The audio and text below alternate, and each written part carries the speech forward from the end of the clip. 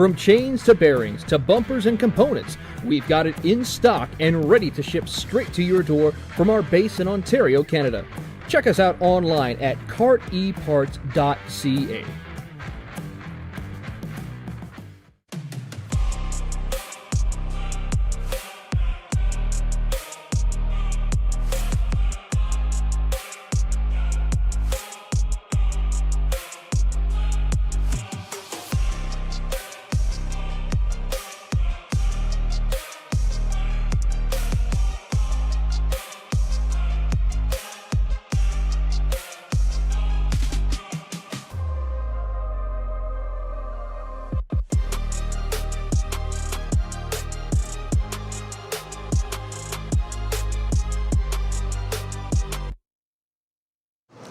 I'm really starting to like this go-karting thing. Yeah, me too. Oh my gosh, can I show you this cute dress I just got? Yes, of course. Oh my goodness, it's so cute. I just love shopping. I love shopping too. Oh my gosh. Wait, did you guys say you like shopping? Yeah. Of course. Well, dude, I have the perfect place to do that at. ShopPayKara.com. At ShopPayKara.com, you can get free shipping on orders $200 or more. You can get anything you want, like MXC rims, gloves, rib vests, shoes, anything that you need, all at ShopPayKara.com.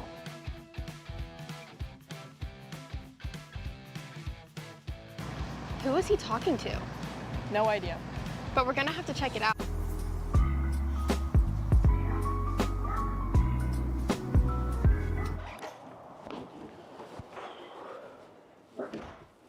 Hey, what's up, Caleb? What's up, Brandon? You sound defeated. A long day at the office? Yeah, got stuck at a cat food marketing meeting for like 3 hours. I don't know a thing about cat food, and I don't even work in marketing. And then I got sent on a coffee run like I was some sort of intern. Then at the end of the day, when I went to go get gas, I just realized everything is so darn expensive nowadays, man. Yeah, you got that right. Like, do you have any idea how much we're spending on Netflix? That's like 20 bucks a month. Do you know how much we're spending on cable? That's like 50 bucks a month. But you know what isn't expensive? Tell me. Kart Chaser Premium. For only $9.99 a month, you can watch all the American karting action live from coast to coast. Subscribe and become a member today.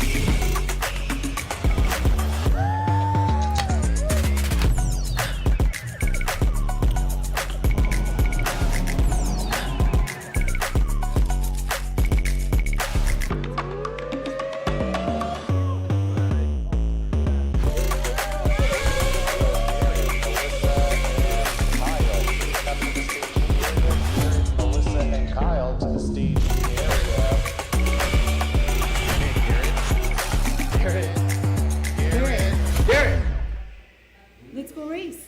Come on, man. Cat food marketing. $9.99 a month.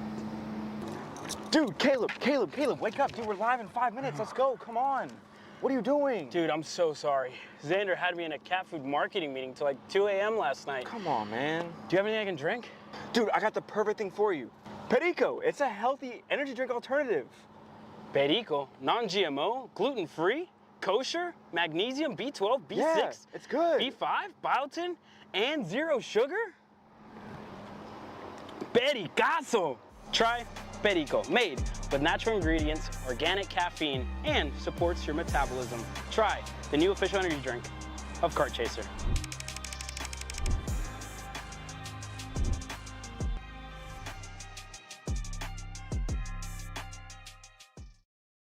This is Henry. Henry feels sad. Henry feels sad because it's time for his next big race and his go-kart is in bits. Henry doesn't know that Acceleration Kart Racing is the United States' #1 shop for all of your karting equipment needs. Henry also doesn't know that Acceleration Kart Racing can deliver anything from tires to race suits and even wheels directly to your front door or to the racetrack itself, quickly and efficiently, with tech support available 6 days a week. Poor Henry doesn't even know that Acceleration Kart Racing offers free shipping to mainland USA on selected product if you spend $200 or more. Do yourself a favor. Go to accelerationkarting.com and make sure that you are never left stuck on the pre-grid with Henry. Be smart and don't be like Henry.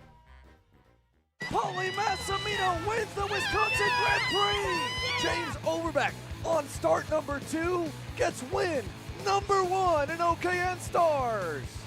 On track or off, Brandon Jarsekrak Racing delivers elite performance. Led by 4-time Pro National Champion Brandon Jarsekrak, our team masters driver coaching, data-driven analysis, and mechanical precision at every national event. Contact us today at BrandonJarsekrakRacing.com.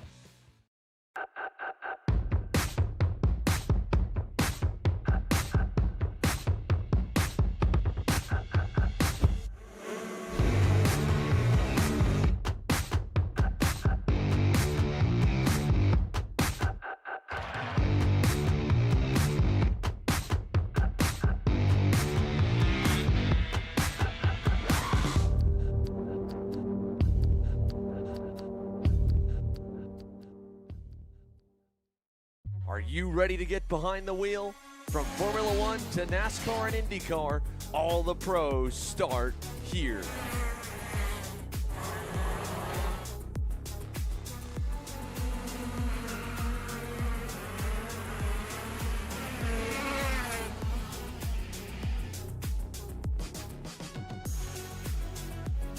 For more information, check us out online at mcckarting.com or call us and go racing today.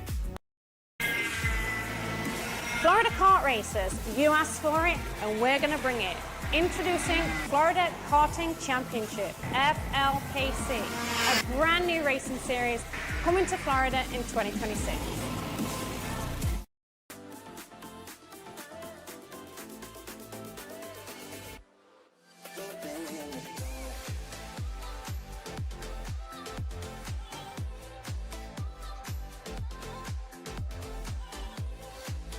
Are you looking to take the next step in your racing journey? Well, look no further than PitFit.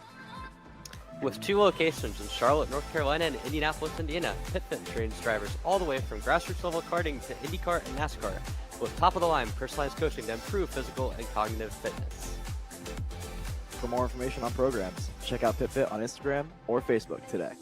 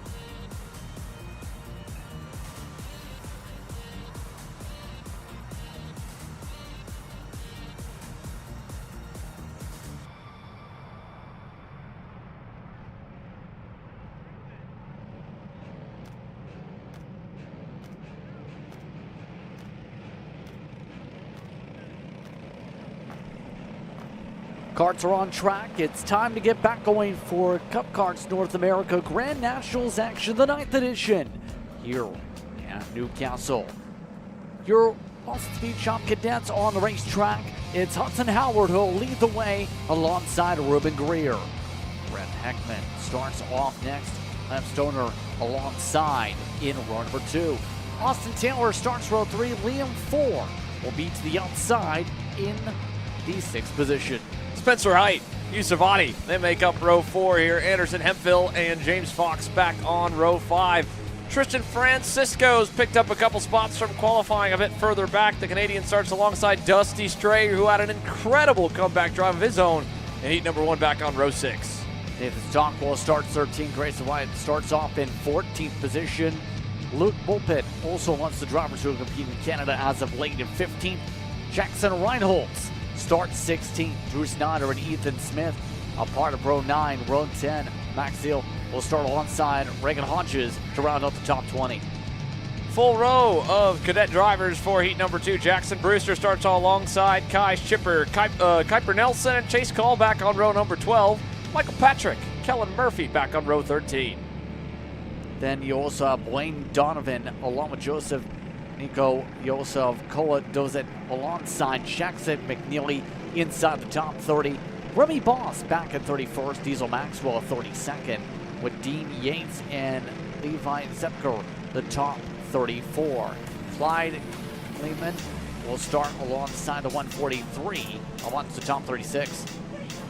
And final couple rows here, Carter Morard and Brett Mendoza alongside Elias Yunez and Kyler Hendrickson. There was one driver towards the rear that stalled. Looks like they've been able to get refired. They'll try to catch the back of the field before we go green. That's Dalton Sears on the MPG Kart Republic with a long road ahead, along with Slate Harrell, who crashed in heat number 1. Uphill battle ahead for the 288. He's done it before. He's done it this year from the tail end of the field in cadets to drive through the pack. Let's see if he can't do it again. And he'll have to wait one more lap before he gets his chance to try and march. So here we go again. I just wanted to make sure everybody is lined up correctly, especially with one card having issues. Whenever that happens, they reset the field, send them to the cut through, re-rack them and stack them. It's about making sure there's no confusion off the start and no issues. You don't want to end up having any sort of problems from that type of a situation. That's why they do it. So that will be a lengthy here wait for us before we move back to racing action again. We hope you've enjoyed the coverage so far here today. We appreciate all of you watching along from here in the pits and around the world, wherever you may be watching. Make sure to hop into the live chat as well to let us know who you're rooting for. Hopefully it is not the number 3 machine or number 5 off to the side here that has come to a halt. That's one of the new Gen Motorsport machines. That's the 4. Liam 4 in the new Gen Motorsport Tony Kart, slated to start in 6th. Yeah, that is not good at all. And at this point, they're trying to gain all the spots by cutting to the middle. The problem is not every kart's giving the space to Liam 4 to pick off these positions one by one up the middle. Looks like they'll now be able to cut through this time, but I think they might have to go around again because Liam 4 is still asking for room to get around all these karts here. This is going to be a tight squeeze in the first place to be able to get back in line here as they're demanding the spot back and will get the spot at least. It's like they don't have anything to go around again with Liam 4 able to retake the 6th position with relatively no issue outside of the little bit of a traffic jam. Everybody else ready to go here. Give an eye, will they get the green? 8 laps on the board, green flag is out, we're underway.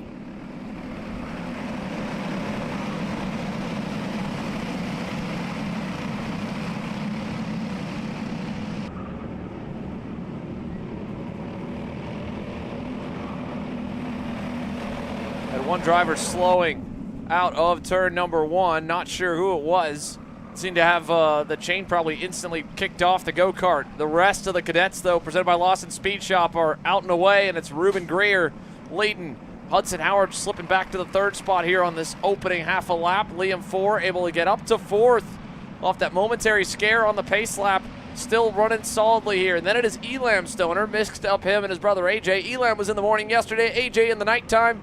AJ ran the morning today, and Elam's got the night show here today in Cadet on the Coyote machine as they rocket into the infield. Hudson Howard taking the fight right to the 41 off the rip, inside, past him, side by side, still on the exit red flags.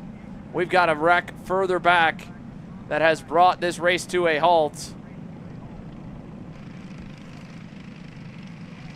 And we'll wait for more information, but before we could even really get going here, Justin, we're back under pause yet again. This time, first red flag of the weekend in the Cadets. Yeah, and keep in mind that it was mentioned during the morning sessions. We got the note that every time there was a red flag, they would cut off 2 laps from the heat race. That was at least the protocol this morning. So there is the chance this will also shorten the race by a couple laps here. Yeah, that's been the policy here today, that every race that does get a red flag will be 2 laps shorter than the original distance. That'll move it down to 6 laps for Cadet if the red was for an incident in the session. I believe it was. Go quiet for a moment here. See if we can get a little bit more of an update of what we got going on. Ruben Greer, Hudson Howard, Elam Stoner. Your top 3 on what could be a potential full restart for our first session from the afternoon groups.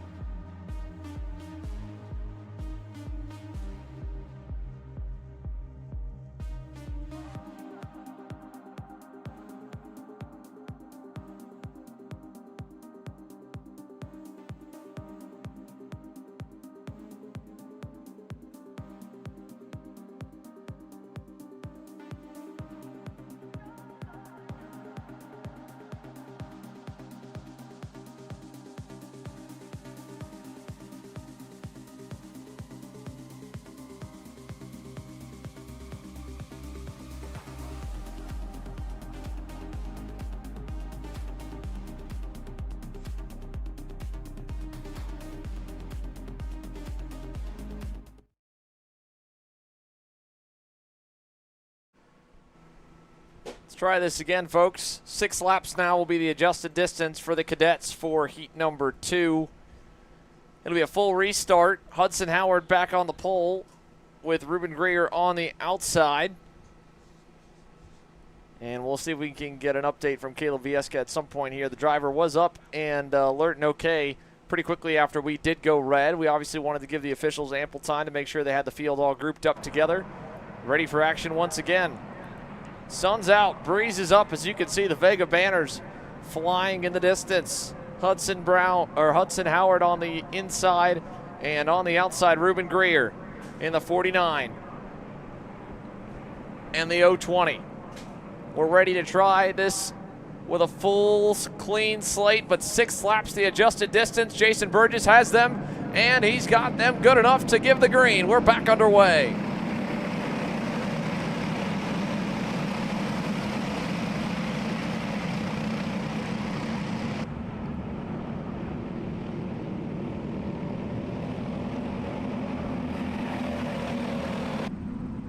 Couple of karts going off there at turn number 3. Meanwhile, Hudson Howard with a much better getaway to start on this second time through than the first try. He's in the lead. Ruben Greer's in second, and a slick move by Austin Taylor takes the MPG driver up and into third.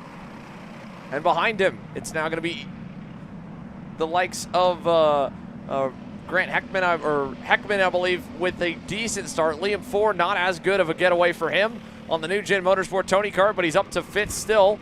And Hudson Howard defended a little bit in the green corner. Let's see if he covers low again. He will. He's trying to stack him up behind him. Ruben Greer looking for a crossover move coming out. It won't quite materialize before the shark fin, but this will keep the lead pack pretty tight here, Justin, as they rocket back towards us here into the shark fin. Yeah, right now Howard already making it clear he doesn't want to fall into the clutch of the pack like he did on the initial start of this race. Wants to be able to control this field, wants to prove that 49 machine. It's going to be difficult to pass. The thing is, Ruben Greer's got the draft.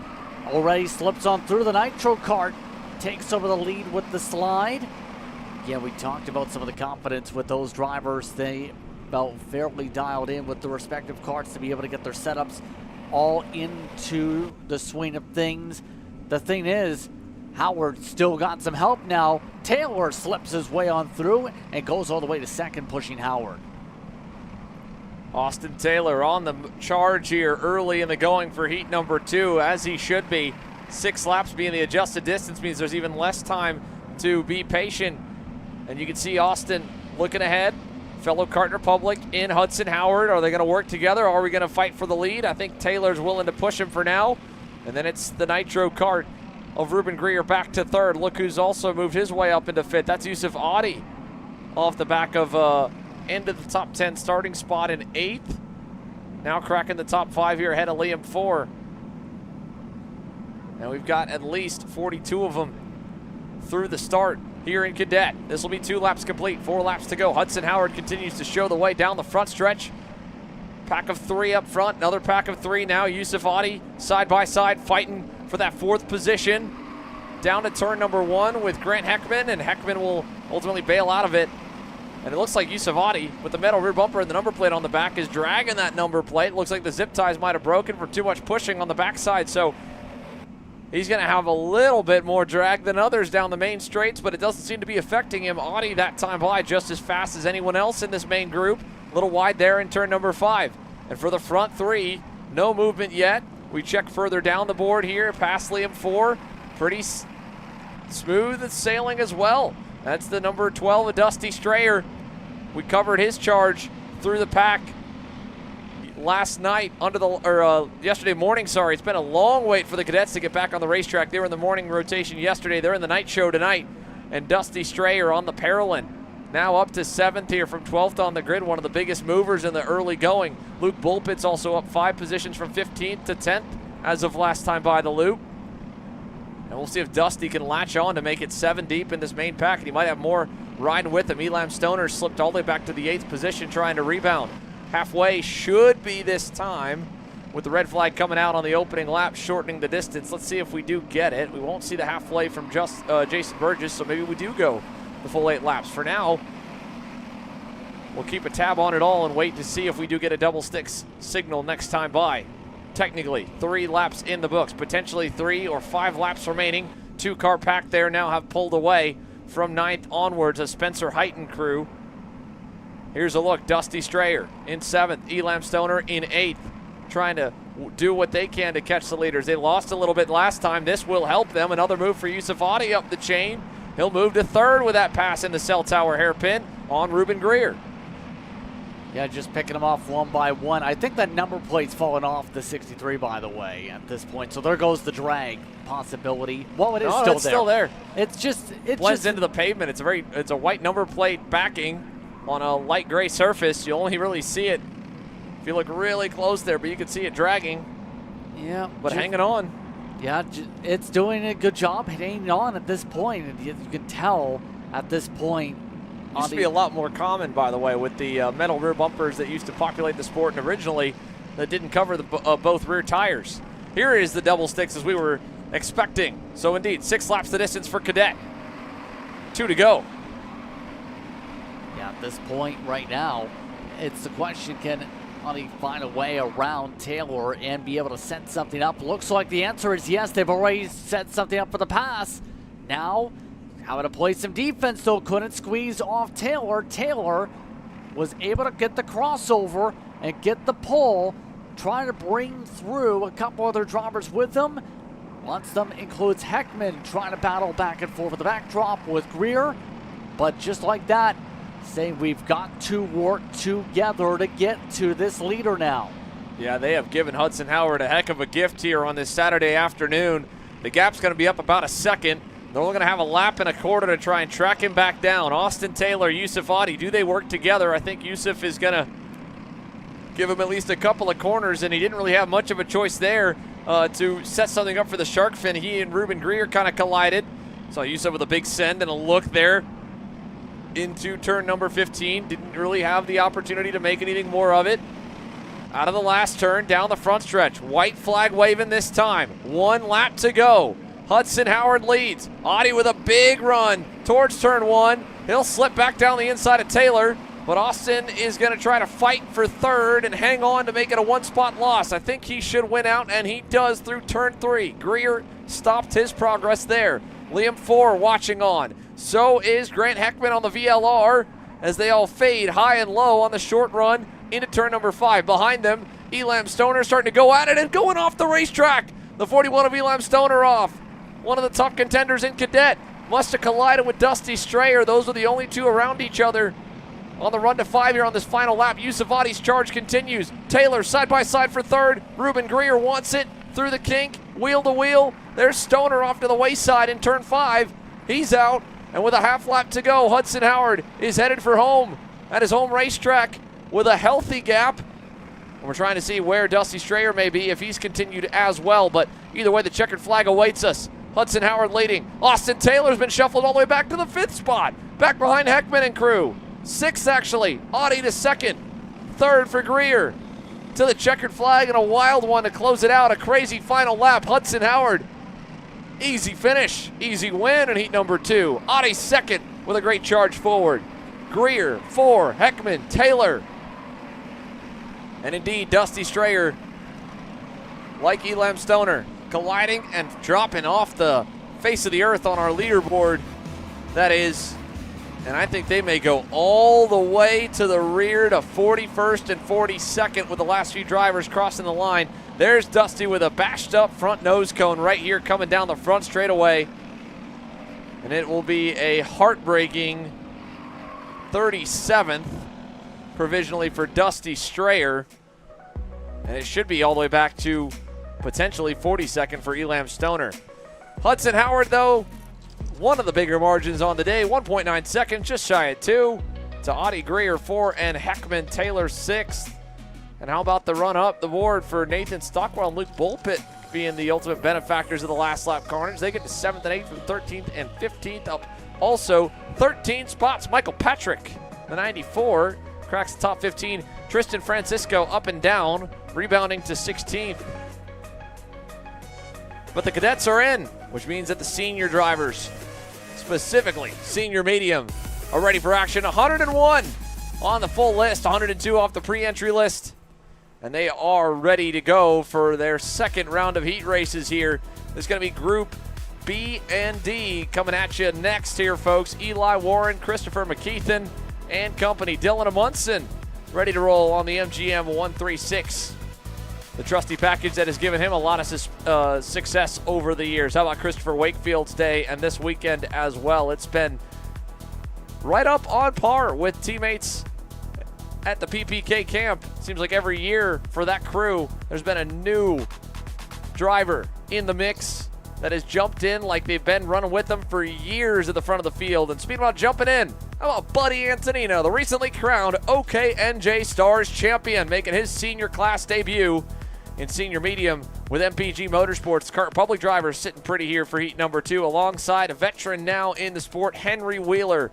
And the Mark Steele Motorsports camp, hopefully we'll get to see Mark Steele coming up later on. We know he had to get checked by the on-site medical team from a wreck earlier today. And Kelvin Zing, last night in the senior light heats, felt like he was a little bit nice. Got to run those earlier today. Now back in the senior medium kart and rolling from inside the top 10 of what will be another big grid of just shy of 55. We'll end up at 53 lined up here for groups B and D, heat number 2. Let's get ready to bring you through the lineup and action for this heat race with senior medium presented by Steele Motorsports.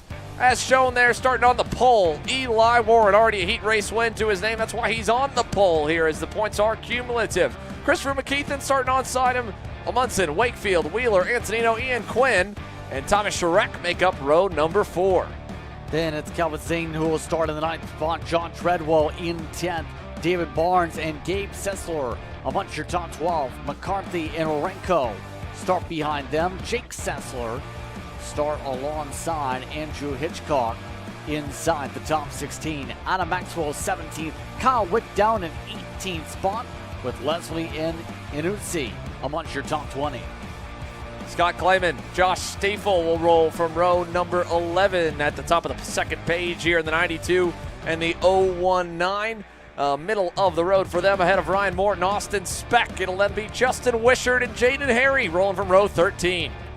Row 14, Ian Frankenberger alongside Nicholas Capolongo. Then Jason Rothman starts back at 29th. Zach Bohm all the way down in 30th. Noah Van Straten and Avery Scott amongst those in the top 32 in your order. Nathan Guerrero and Tyson Sturr rolling from row 17. Braden Johnson and Carson Bartlett back on row 18. Stastny, Cameron Reed with a big uphill battle ahead of her today alongside Riley Stastny. And then the final row on this page, Cami Feister and Mason Kuhn. And then you have your last few starters here. 41st for Elijah Firesign. Colin Warren from 42nd, way back on the field for the number 1 plate. Anthony Bassett, Austin Hill, Logan Hickman, Colin Evans, McAndrew Gamrod, Logan Stevens, Jack Sutton, Addison Ianello, Marco Longo, and Jed Perkins and Matt Landers, I believe, are out from the event, although Matt Landers for Prodigy Motorsports may be at the back of the grid there. I believe that looks to be Ianello. I know Perkins has shifted his focus solely to senior heavy. So whether it's 51, 52, or 53, it's a whole lot of them. Eli Warren has them at command right now. 8 laps on the board. Let's get ready to get back on the gas and bring the rumble down to turn 1 for senior medium heat number 2, B and D.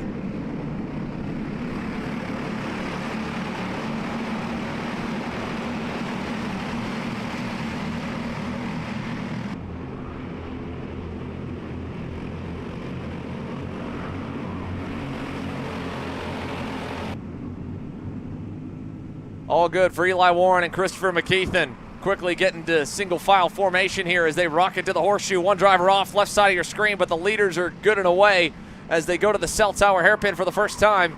The only driver with a wide arc and some confidence there was Dylan Amundsen. We got 2 or 3 more tangled together in the double right. That was around the mid-20s, it looked like. So we'll have a few less making it with the main group to the checkered or to the finish line straight this time by as we get our first lead change. Christopher McKeithen with help from Wakefield on Eli Warren, and Eli's gonna try to go right back on him, splitting him up, and that'll be just enough, almost too much there, trying to hold Wakefield back. Wakefield determined to take that spot back. That's gonna give a big time gap here for Christopher McKeithen, and shades of this morning, Justin, where Christopher Wakefield was doing everything possible to hold the cavalry at bay and keep himself in that pusher spot behind a teammate. Yes, exactly. And Wakefield all day long and all weekend has made it clear he likes to work with McKeithen, likes to be able to stay in sync with him, likes to be able to defend for him even. We've seen a couple times here today. We've seen that earlier on in the morning sessions.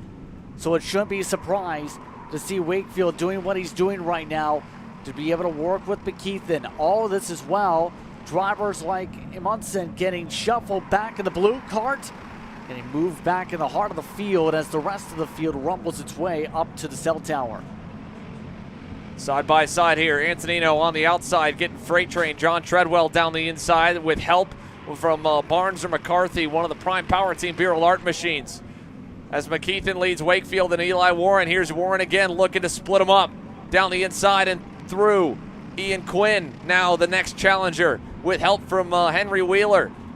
And the Steel Motorsports Bureau Arts have come to play in senior medium. They're 3 wide for the lead. That'll get tight in a moment, and quickly all 3 drivers file back into line. Smart play there by both McKeithen and Wakefield as one goes way off. Top of the hill, last turn. One of the Prime Power Team Bureau Arts deep in the grassy runoff as McKeithen goes back to the lead, and Warren gets fed a wheel in a side pod, and a big moment there as he heads out of the first turn. Yeah, I think that was going to be one of the Prime machines that did indeed fall down the running order. David Barnes. Yes, was about to say, had been amongst the top 10 in that sequence before they just plummeted down the order.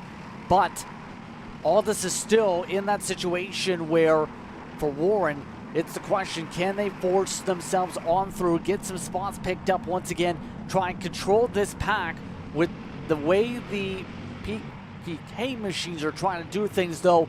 It's so difficult. It's Steel versus PPK essentially amongst the front of the field here. It's the team dynamic coming into play here in this fight.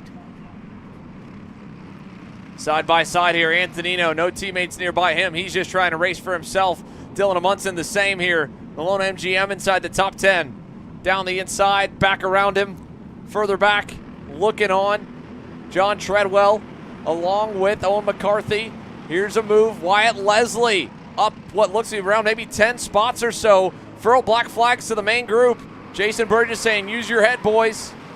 But we're getting to that part of the weekend where the air temp is up, the on-track activity is up, and I think we are starting to see the temperament be a little bit less than cool for some of the top contenders.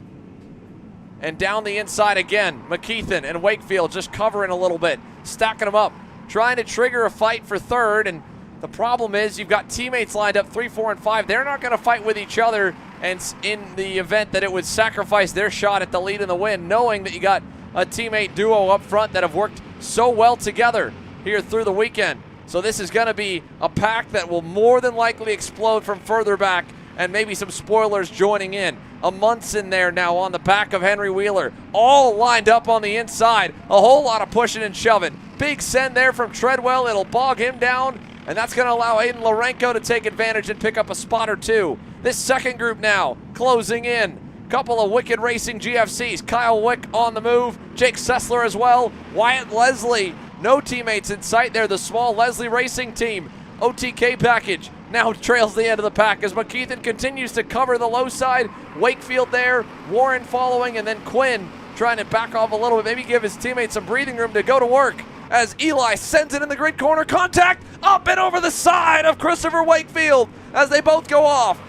Eli's going to try and rejoin a good ways back from where he was. And just like that, we were waiting on it, Justin. It was bound to happen. Two sides, no give, all take. And now two major contenders in senior medium have a blemish on their weekend. And Christopher McKeithen's left without a teammate, without help. Aiden Lorenko's trying to get there here as he's trying to make up points on his own.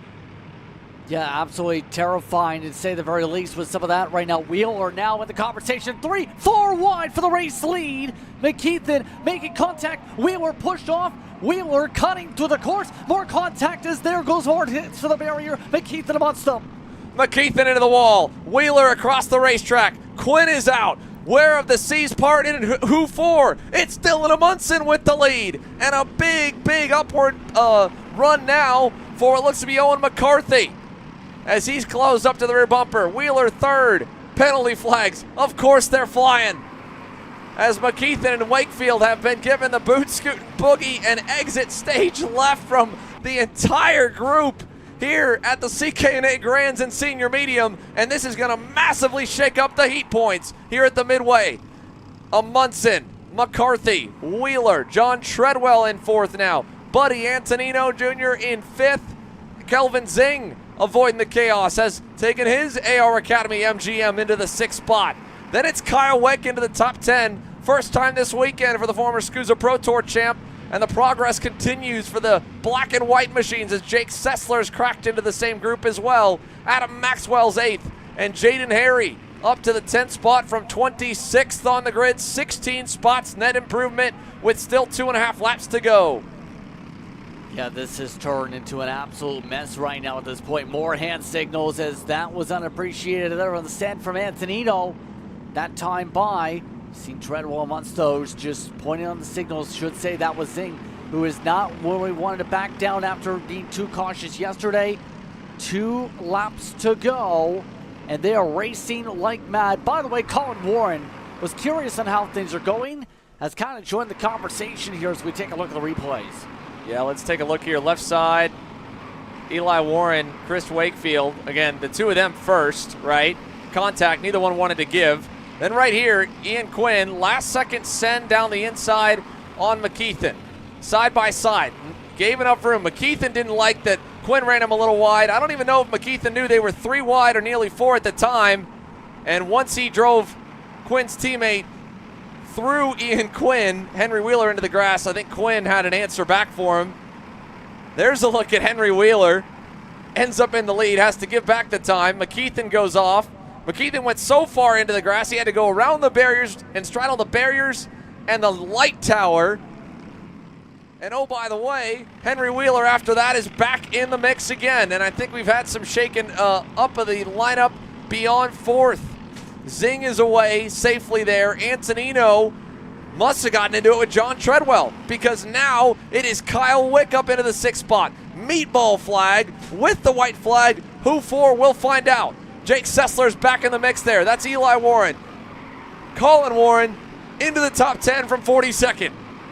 Surprise maybe to some, to others, it's just the usual Colin Warren performance here, picking apart the field. That is an unprecedented 34 spot net gain for Colin Warren and counting. And this middle scrum is still going at it like it's the last lap. It finally is now. And there's another one off. Austin Speck to the grass with help from Gabe Sessler. The brothers were trying to work together, and now Gabe into the side of Austin Speck sends him back about 15 spots. It is elbows out right now here, Justin. This is pure chaos. Colin Warren avoiding it, picking up a ton of points. Amundsen the leader. Second is McCarthy, who's covering a bit from Henry Wheeler. I think Wheeler's got no issue at all to just ride third and collect a solid points haul from this heat race that will undoubtedly see a lot of review. Dylan Amundsen, I think he should be scot-free from it. Let's see if he has enough oomph to get to the checkers first. McCarthy won't get there. Dylan Amundsen, Heat 2 winner for Groups B and D. The rest of the lineup, provisional, is that putting it lightly, Justin? Yeah, very provisional at this point. There has got to be at least 2, 3, 4 different reviews going on. You'd have to think with all the chaos that sparked up there. It was just a powder keg of incident after incident for some of your top contenders throughout the day. Surprised Eli Warren even got the 10th after running over the top of somebody's nose cone. How about that? Eli Warren, great recovery. Top 10 result for Heat winner from yesterday. We'll keep him well in the conversation for the first 5 rows tomorrow. And this is a huge Heat race for the likes of Kyle Wick, Adam Maxwell from 18th and 17th. Of course, Colin Warren from 42nd. Noah Van Stratton from 31st. And this scale line here is going to be busy. No, I honestly thought I had a problem with my motor at first because I was like, oh. And then, like, I guess it just took a while to start. Yeah. The thing, your rating is good.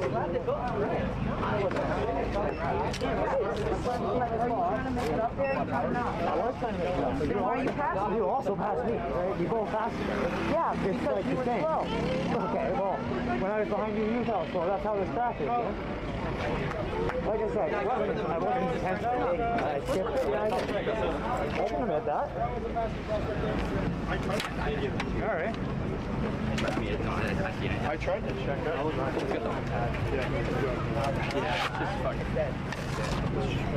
Got you.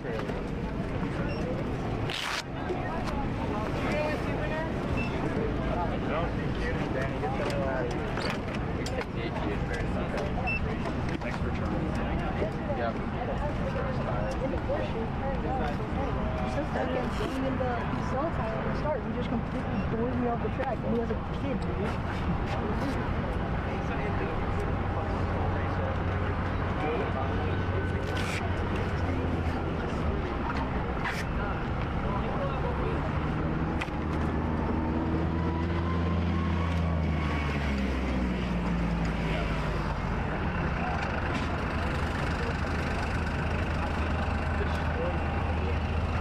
They're throwing his hand up at me as we're going to the left, and then into the scoreboard, he actually just disappears head on.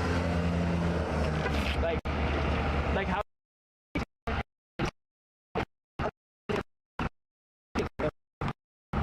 That takes skill. Nah, all for his teammates to get up there though. Whole lot of cleanup headed our way here, folks, after a messy senior medium opening heat race. That said, it was a great heat race for Dylan Amundsen and the few others that were able to escape it without any major issues here, Justin. And I think this is a tipping point on the weekend for the senior drivers, specifically the major contenders, right? We saw a lot of alliances, cross-brand or across the same brand, same tent, and that's going to happen when you have pack racing like this, right? You see it across the board, but, well, actually, forget this, Justin. They've heard us talk enough. Let's hear from the guy that was able to part the seas and pull the heat race win off Dylan Amundsen. Caleb? Thank you, Xander. Standing by here with Dylan. Talk about that race because you went from 6th all the way to lead of the race in the matter of a couple of corners. Yeah, I had a feeling that race was going to be bad. They were already blocking when it was only third lap in.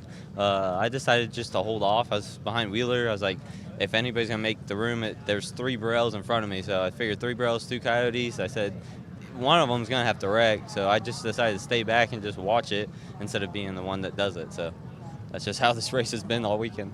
And again, you guys still have one more, right, later on today, Heat 3 coming up. You're sort of on the pole for that one in your group. So what are you thinking of going into that one? Same strategy, just letting the action unfold in front of you? Yeah, I'm going to try to stay up front as long as I can, but I'm not going to block like all these other people are doing. It's just bringing in more people than what needs to be. We pull away one lap, they're back the next. So. Thank you, Dylan. Yeah, no problem. Thank you. Great point there. Could be a lot of drivers up front, could be a handful.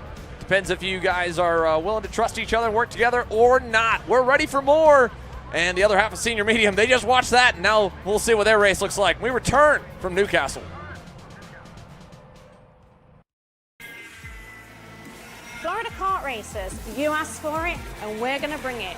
Introducing Florida Karting Championship, FLKC, a brand new racing series coming to Florida in 2026. Kyle, what are you doing? It's got my new Greyhound seat. You don't even have a cart. Doesn't matter. I have a Greyhound.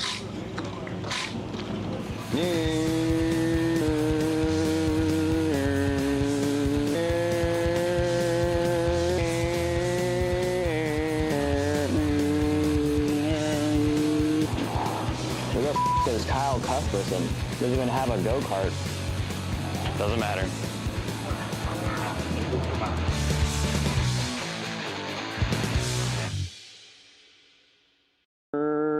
Cuthbertson threw on Turney. Turney in the dirt. Back at it for senior medium. It's time for groups A and C to dance. Let's see it. With a big time shakeup in the heat points now following that group of B and D. Reagan Seville will lead your field to green alongside Mitchell Morrow. It'll be Eli Fox and Cale Zimmerman back on row number 2. James Overbeck and Adam Brickley on row 3. Row 4, Jerry Fandry and Jackson Young will start there. Will Lawler starts off in row number 5 alongside Nick Soviet. Then you have Brady Atwood and Jordan Klein round out your top 12. Row 7, David Baker and Owen Lloyd, an all MGM row with Shane Reddy and Chase Jones back there on row 8. And we'll quickly flick back through the next 2 pages of drivers because there's a lot of big names that have a lot of work to do in Heat 2 for groups A and C as well. You saw Colin Warren be able to make it up all the way from 42nd.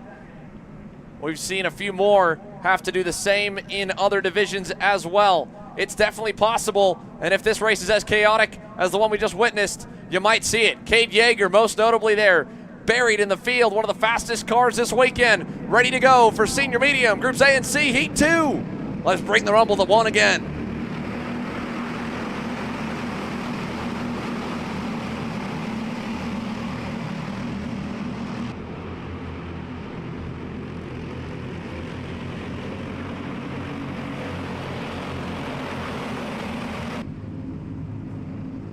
Seville able to get away nicely over Morrow, and Cale Zimmerman able to get into 3rd.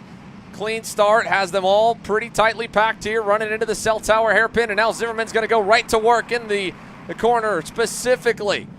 He'll pick up 2nd. Eli Fox going to go to 3rd. Side by side for 4th now. Here comes, is that Brickley maybe down the bottom in the kink? Yes, Adam Brickley on the happy cart.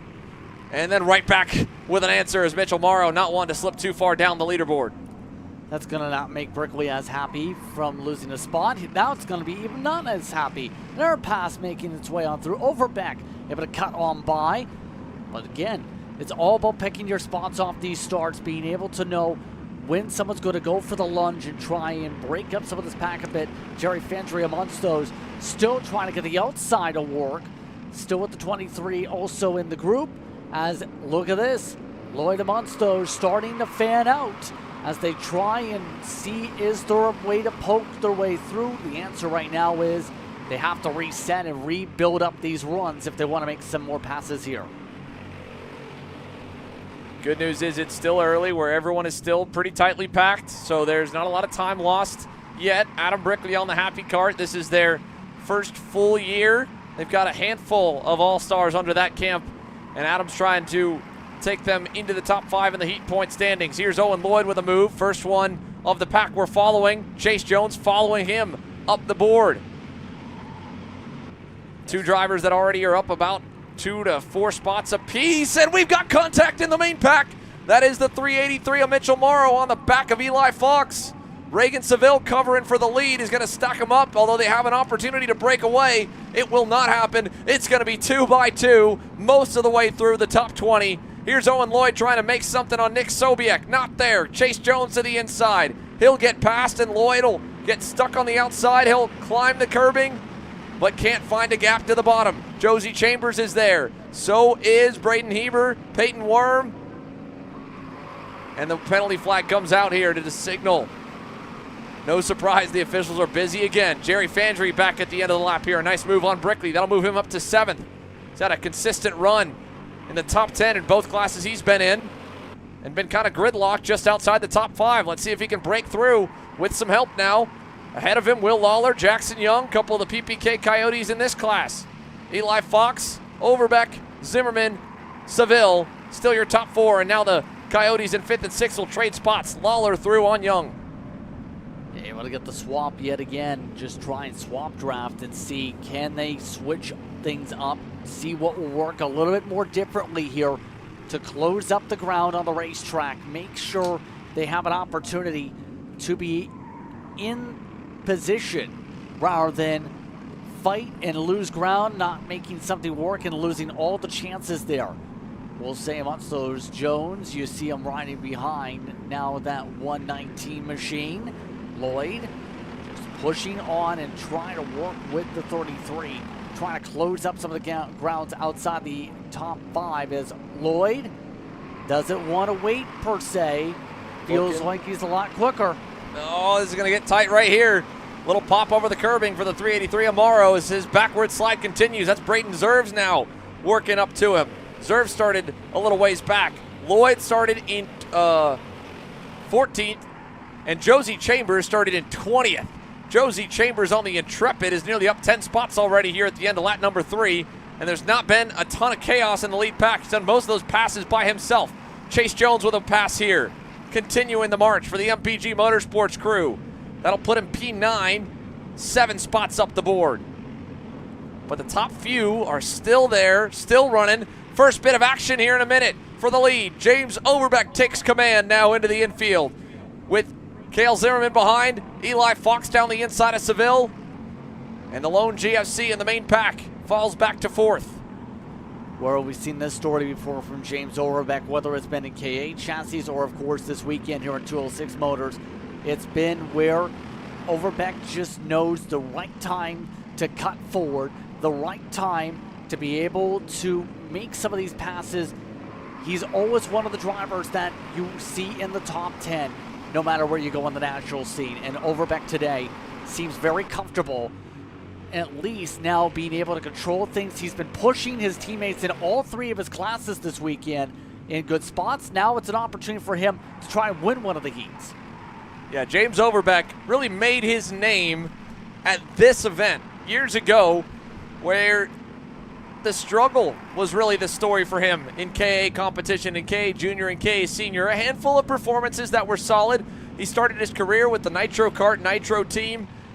Then as the years progressed on, the results that he had and that group had in Cadet didn't quite translate to the level that we're used to seeing James at on the national tour. But the relationship with Brandon Jarsakrak and Coyote and Precision Performance Karting had James Overbeck right front and center on their radar when he was running right at the front of these fields at this event and the rest of the CKNA Majors and the CKNA North Division. And his dad, Matt, said, hey, we will absolutely join up with you guys. We just need a little bit of help in some of the faster classes. And boy, has that help, has that development under the 4-time US PKS champ Brandon Jarsakrak taken this driver to a new level. Now an OKN Stars winner, a 3-time KA100 senior champion. And he's already in position again to try and add to the growing trophy list here for the Grand Nationals with the Coyote brand of Precision Performance Karting. This heat race will help that point total in senior medium to get him close and get him a shot at it on Sunday. He leads a 4-car group with a teammate potentially closing in Will Lawler in the number 10. More importantly, though, there's other drivers that are really starting to join the spotlight. Fandry with a big-time lap last time on the FDR TB kart. As fast, if not faster than the leaders. He's caught the draft. It's now going to be marked at 6 drivers here in the main group as he and Lawler are going to latch on. They've pulled away from Adam Brickley and Jackson Young, who are about to get reeled in by Owen Lloyd and Chase Jones for the 8th and 9th position. So 2 main groups here, 2 kind of storylines going on in the middle of this heat race, coming to 2 laps to go. The main pack, we're watching and waiting for James Overbeck to get his first challenge since taking over the lead. You saw Eli Fox emphatically motion to Cale Zimmerman saying, keep pushing. Don't worry, I do not want to have a race like what we all just saw on the fence line. Let's keep it just to us. We'll get some points. We'll move up the starting order for Sunday, because with 101 drivers, there's going to be some big names that might go to the LCQ tomorrow. Yeah, especially since we've seen some of those big names just not be able to do so. Here's a good name, for example, that's 36. Logan Pasca had just came off the Kart Stars Championship just a couple weeks ago, for example, here on Kart Chaser. He's down at 36, 13 seconds back of the leader. That just shows some of the talent across these Oh, regions. no! Oh, no! Reagan Seville, contact with Will Lawler, and Seville goes way down the hill towards turn 3. He'll try to rejoin. Will Lawler with a send and a half in the green corner, and the tire-to-tire contact sent Reagan Seville up onto 2 tires. Another driver again with a lot of coverage that we've had from our Texas Sprint Racing Series coverage. The vice champ from last year, well in contention to fight for the championship this year. and was looking good here in senior medium, but now in Heat 2, James Overbeck seeing the white flag, defending low. Cale Zimmerman and Eli Fox are saying, dude, we don't care about the win. We just want to be in the top 3. We want the points. But Overbeck is playing a little selfish, and I can't blame him. There's a 5-point swing from first to second. You see Eli Fox continuing to point forward. Overbeck, no faith in him yet. He might get it or he might not. This could also be a little strategy to try to back him up, but now Fox has found him. Maybe picked his pocket, maybe not. Back to the outside, through the hairpin. Will Lawler side by side with Fox now for third. Fandry gonna try and help Fox with the momentum around the outside. Eli will get back into P3. Fandry to the back of the group here in 5th. Yeah, didn't pick the right spot there. I think Fox in the first place going to the horseshoe to set that up for the side-by-side. Now, full defensive for Overbeck. Can Zimmerman get the cross? Look at that cross. Come on, Cale Zimmerman. That was slick. Big time over-under in the final run through that infield hairpin. New leader. Fox now with a nose on Overbeck. Can't quite get there to the last turn. James will have a run at Zimmerman. I don't know if he'll get the help from Eli Fox. Let's see it. Black and checkers. Cale Zimmerman takes the win on the final lap in Heat 2. Overbeck, Fox, Lawler, Jerry Fandry, your top 5. That was awesome to watch, mainly because of how last second and picture perfect Cale Zimmerman threw that cart onto the outside front tire, leaned on it, and still didn't break his momentum enough to bog down the exit to pull off that crossover move for the Heat race win. That was cool to watch.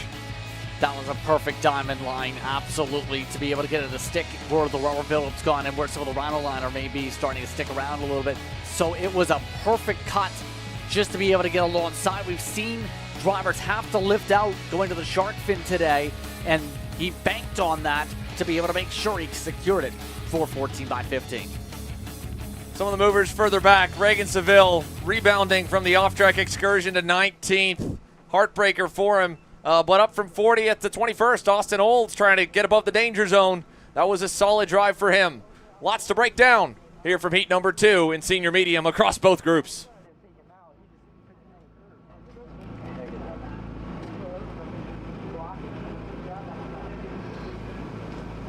Standing by here with Cale Zimmerman. We've seen a little bit of you. I'll shake your hand, 3rd time now on the day, but again, we've seen a little bit of you. It's been more the lowlights of the weekend for you. This is the first highlight that you had. How gratifying does that feel, right, to finally be, coming across the line in first? Yeah, I mean, we've had a terrible luck all weekend, taken out in the first heat in light and then again in the 3rd heat. But I haven't really won much except for a showdown heat last year, and so it's nice to be able to put my name up front finally. Yeah, and again, you've kind of been focusing on the two-cycle stuff this year. You were obviously the champion over in the North.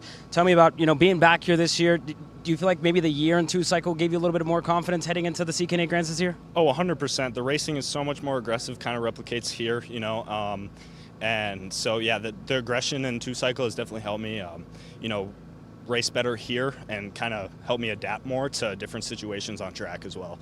So, yeah. Yeah, well, there you go. Thank you, Cale, and best of luck later on today. Thank you.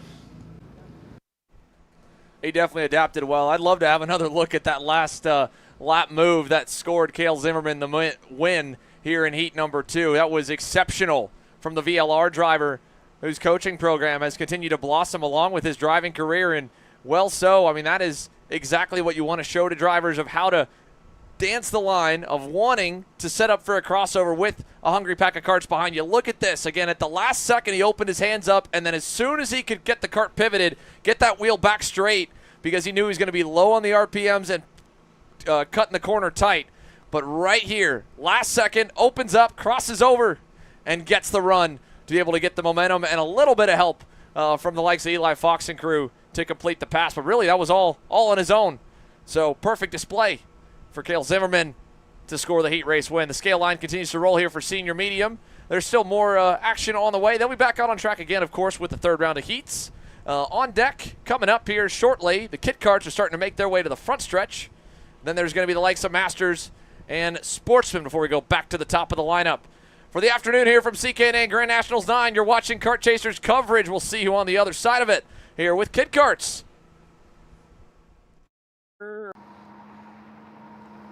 Cat food marketing. $9.99 Dude, Caleb, wake up. Dude, we're live in 5 minutes. Let's go. Come on. What are you doing? Dude, I'm so sorry.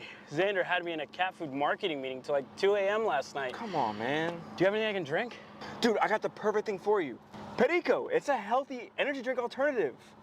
Perico, non-GMO, gluten-free, kosher, magnesium, B12, B6, Yeah, it's good. B5, biotin, and 0 sugar? Pericazo! Try Perico, made with natural ingredients, organic caffeine, and supports your metabolism. Try the new official energy drink of Kart Chaser.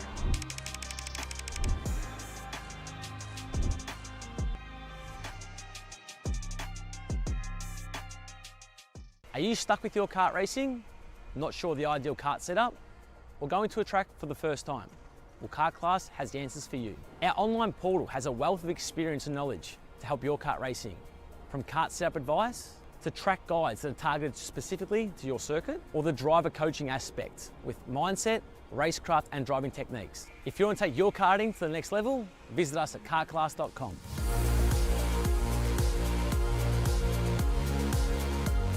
Paulie Massimino wins in KA. Paulie Massimino is a winner in OKN Stars.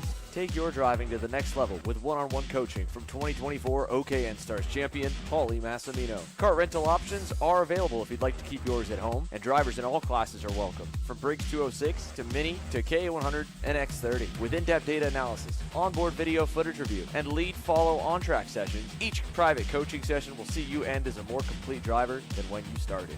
Book your coaching session now.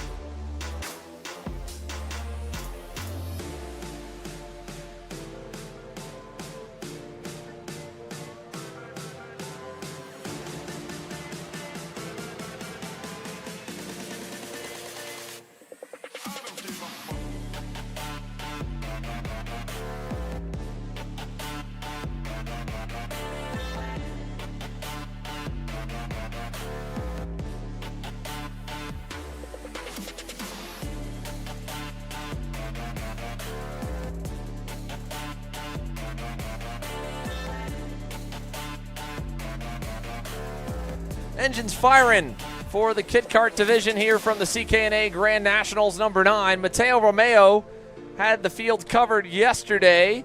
They'll run the alternate short course, taking the left-hand turn at turn number 3. Starts alongside Maverick Reddick for CRG.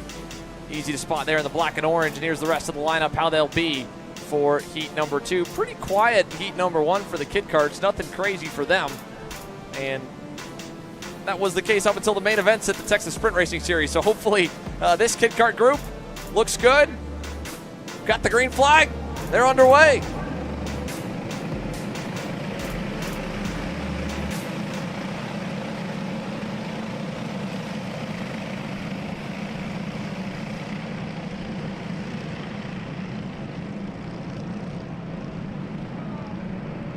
Good start for Romeo, just like that, to be able to control this field as the rest of the kids continue to get themselves all in a good spot to see how things will start. Reddick didn't get the best of launches notice, though, has already dropped down to the 4th position.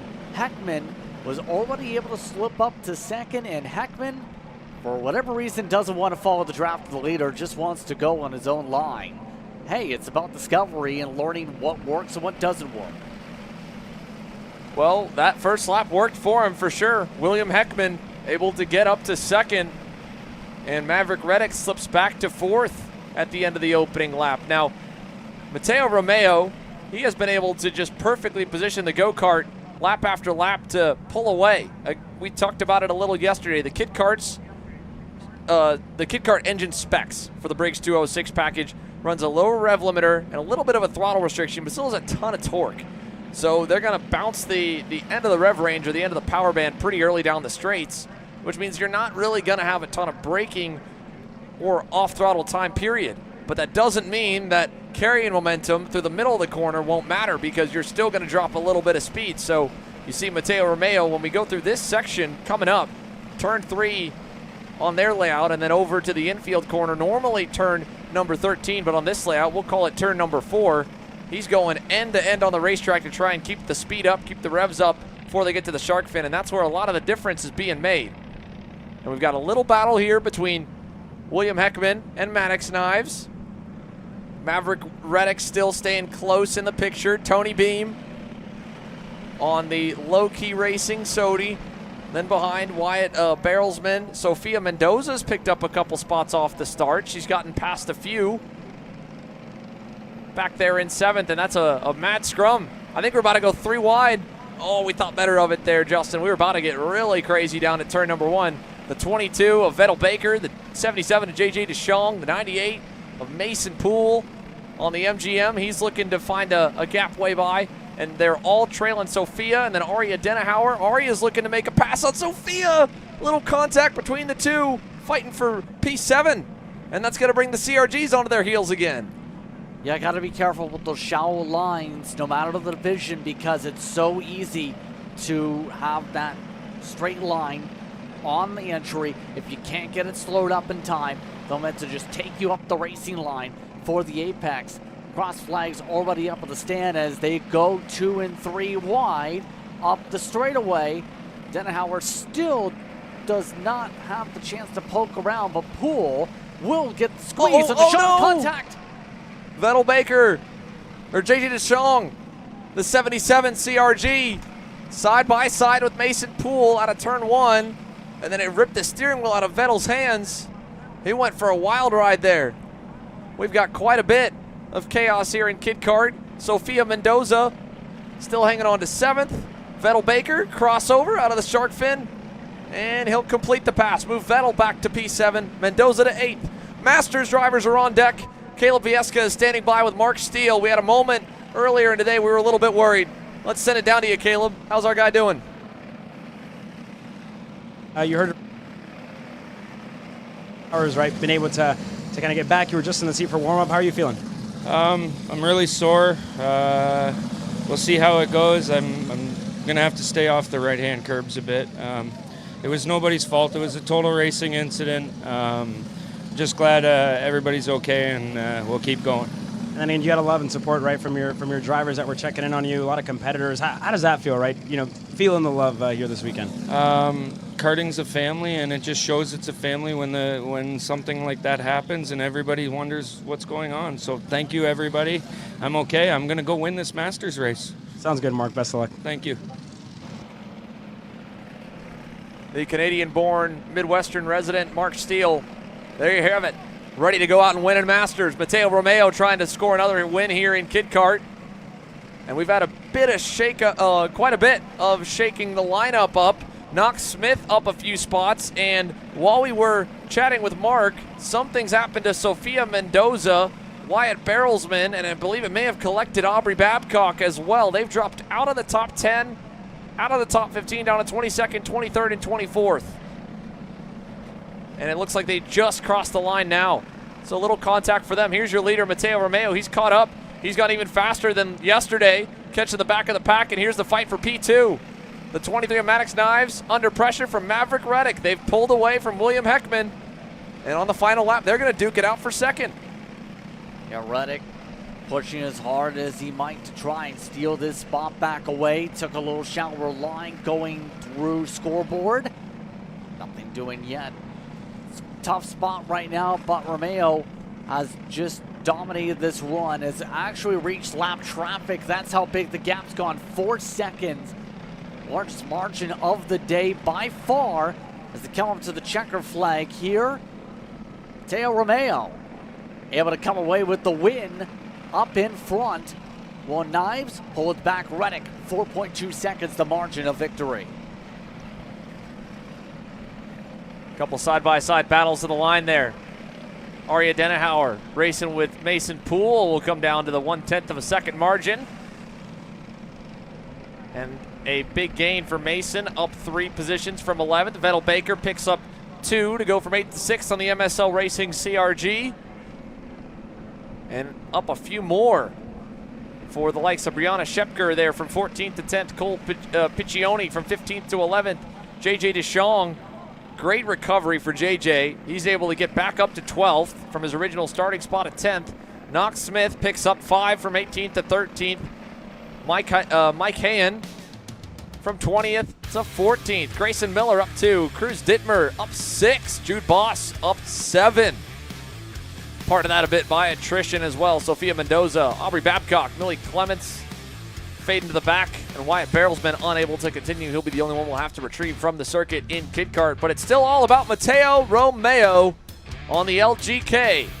4.2 seconds he put on him here in a perfect weekend that he's pitching right now.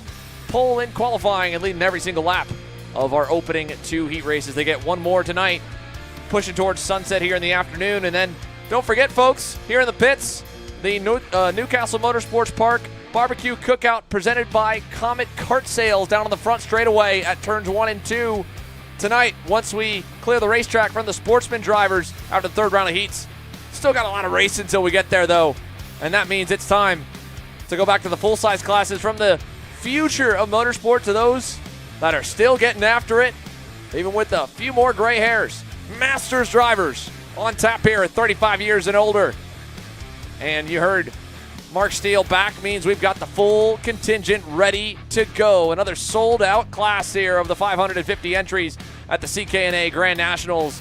Getting a great look into the eyes and focus of the field before they get the command right now to roll onto the racetrack, and we'll take it through the lineup here for your Masters division. Heat of the day. Seeing some desperation, seeing the on-track activity get a bit wild. Masters kind of split the difference, Justin, I felt like, between the likes of the Legends class that was very calm and the senior classes that have been all out. And it makes sense. They're right in the middle of the age minimum, 15 years and older for senior, 35 and over for Masters, 50 and over for Legends. What can we expect here as we bring the lineup on your screen from this class? I think we should expect potentially some squabbling amongst your top 4 or so, because we've seen that yesterday with Fagan, with Carroll, with Steele, and with Bradford, the top 4 starters, where they were able to squabble just that little bit and try and solidify things up at the front. I think it's going to be very active amongst them, especially in the case of some who have been not having the best of luck in some of the rarer races here coming into today for these heats for the Masters. So we take a look back here from the rest of the grid. Eric Fagan, Chris Carroll on the front row, Mark Steele, and Jimmy Bradford back on row number 2. Deeper in the pack, you'll find some drivers that didn't have the best of luck yesterday. Mike Dittmer, big uphill battle for him.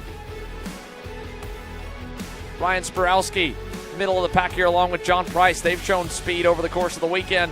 Scott Hamble joins Dittmer at the back of this group, and there's a handful more from heat number 2 as well that will make the last bit of this. Right under Ryan Curtin, the class presented by CRG LSR Motorsports, also known as Camp Chaos. 8 laps, heat 2 all together. Eric Fagan shifting his focus fully to the division. He's on the right there in the green and white Tony Kart, the number 1. Chris Carroll on the left in the number 12 blue and black Coyote. And a very slow start. It's going to put them right at the clutch engagement, if not below it here for Eric Fagan. Let's see if he can get the benefit of that. Or will the outside lane be able to stay even or even better than him? Looks like we're already rolling a bit early. Is it too early? Will it get the green from Jason Burgess? I think that will get us the green flag. We're racing to turn 1.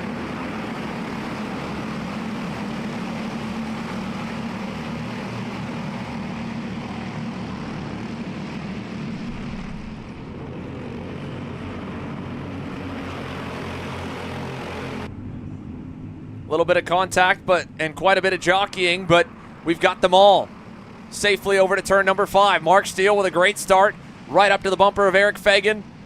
Let's see if he goes for it here in the cell tower. These two have worked together quite a bit over the years, and even recently in CKNA Masters competition. I think they really have a good relationship and a good kind of balance or dynamic, if you will, of who ends up where and how they race, right? I mean, you hear drivers in plate racing and NASCAR talk about the similar kind of aspect of drivers that may be a little more calm, a little more conservative, want to wait at the back of the pack, like Dylan Amundsen mentioned when he saw things get crazy. Others that want to get out there into the mix of it, get ahead of it, get to the lead.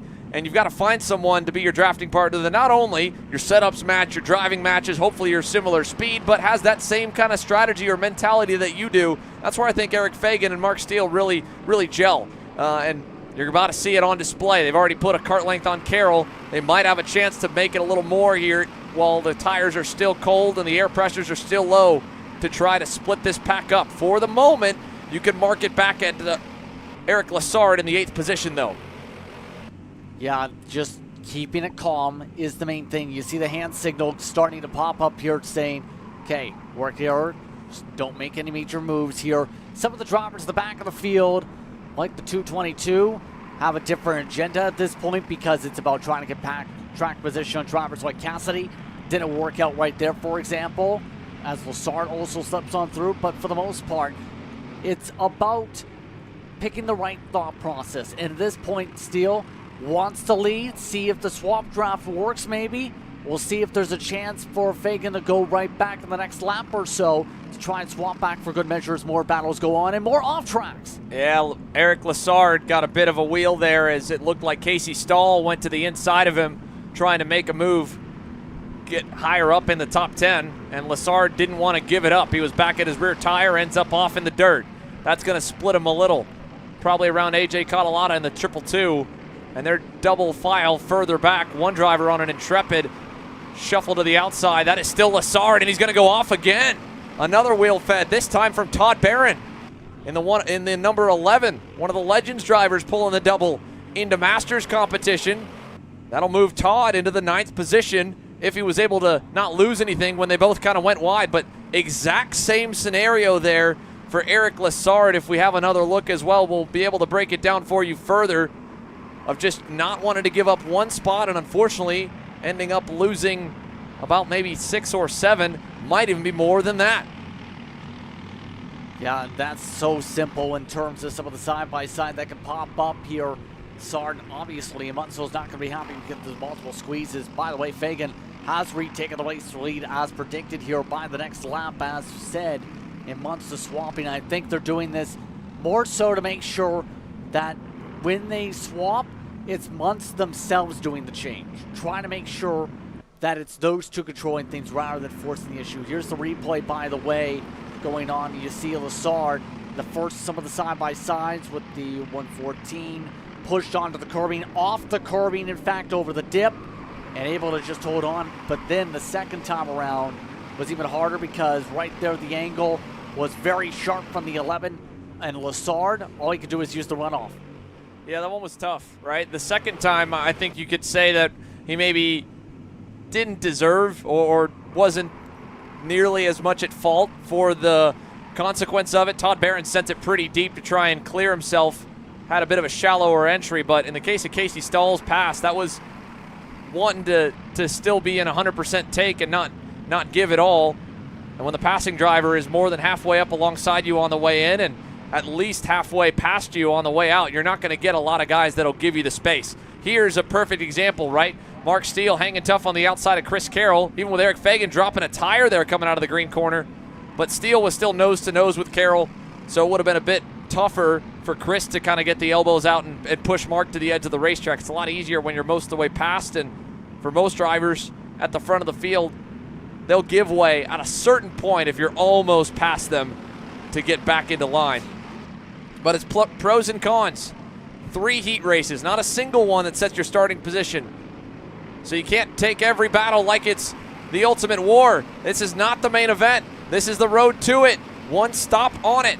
And yet, here at the halfway mark, we still have a lot of go-karts lined up, and we've seen quite a few lead changes. Like you said, it's only been between Mark Steele and Eric Fagan, and maybe you're right, that any time the driver in second of the duo out front feels like third is starting to get antsy, wanting to make the move for second, well, he's like, all right, I'll go to the lead now. And then doesn't take it personal if the inverse happens to him.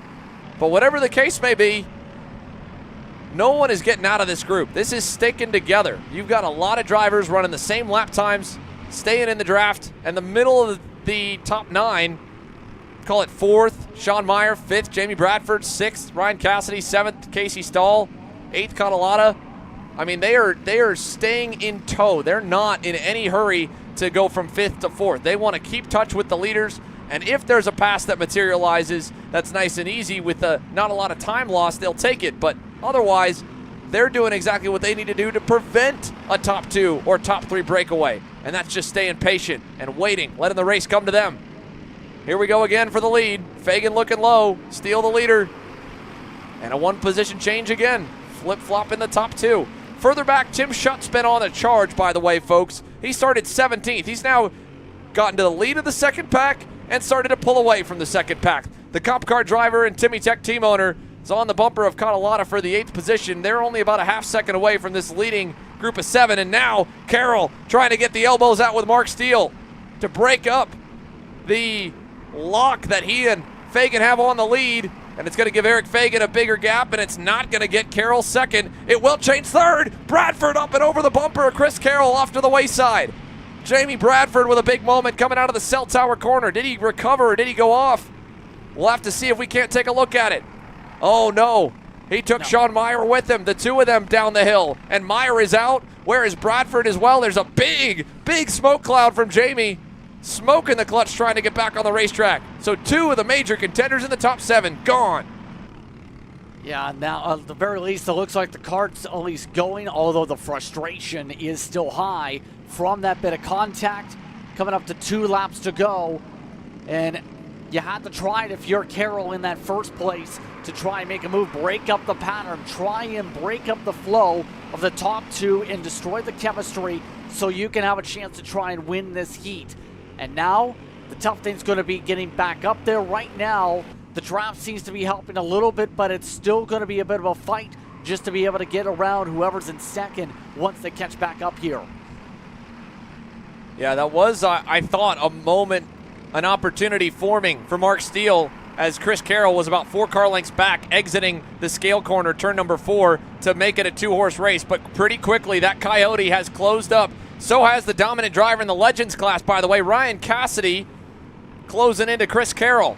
Mark Steele to the lead, but the 2 coyotes in 3rd and 4th are waiting, looking, trying to pounce here. Carroll looking for a way past on Fagan as Fagan goes back to the lead, or maybe to follow him, but it's still not there. Casey Stahl up to 5th, Catalata 6th, Schutt 10 spots up to 7th. Corey Walsh is up 4, David Galonia is up 4 as well. 12th and 13th to 8th and 9th, Jeff Dollian back into the top 10 from the 9th spot on the grid. Eric Lassard bouncing through the dirt earlier, back up to 11th on the Intrepid. White flag, 1 to go. Eric Fagan and Mark Steele with as many karts that have been lined up behind them as there have been, as many big names. Those 2 have been the only 2 to hold the lead for the first 7 laps. Can they hold it for 1 more?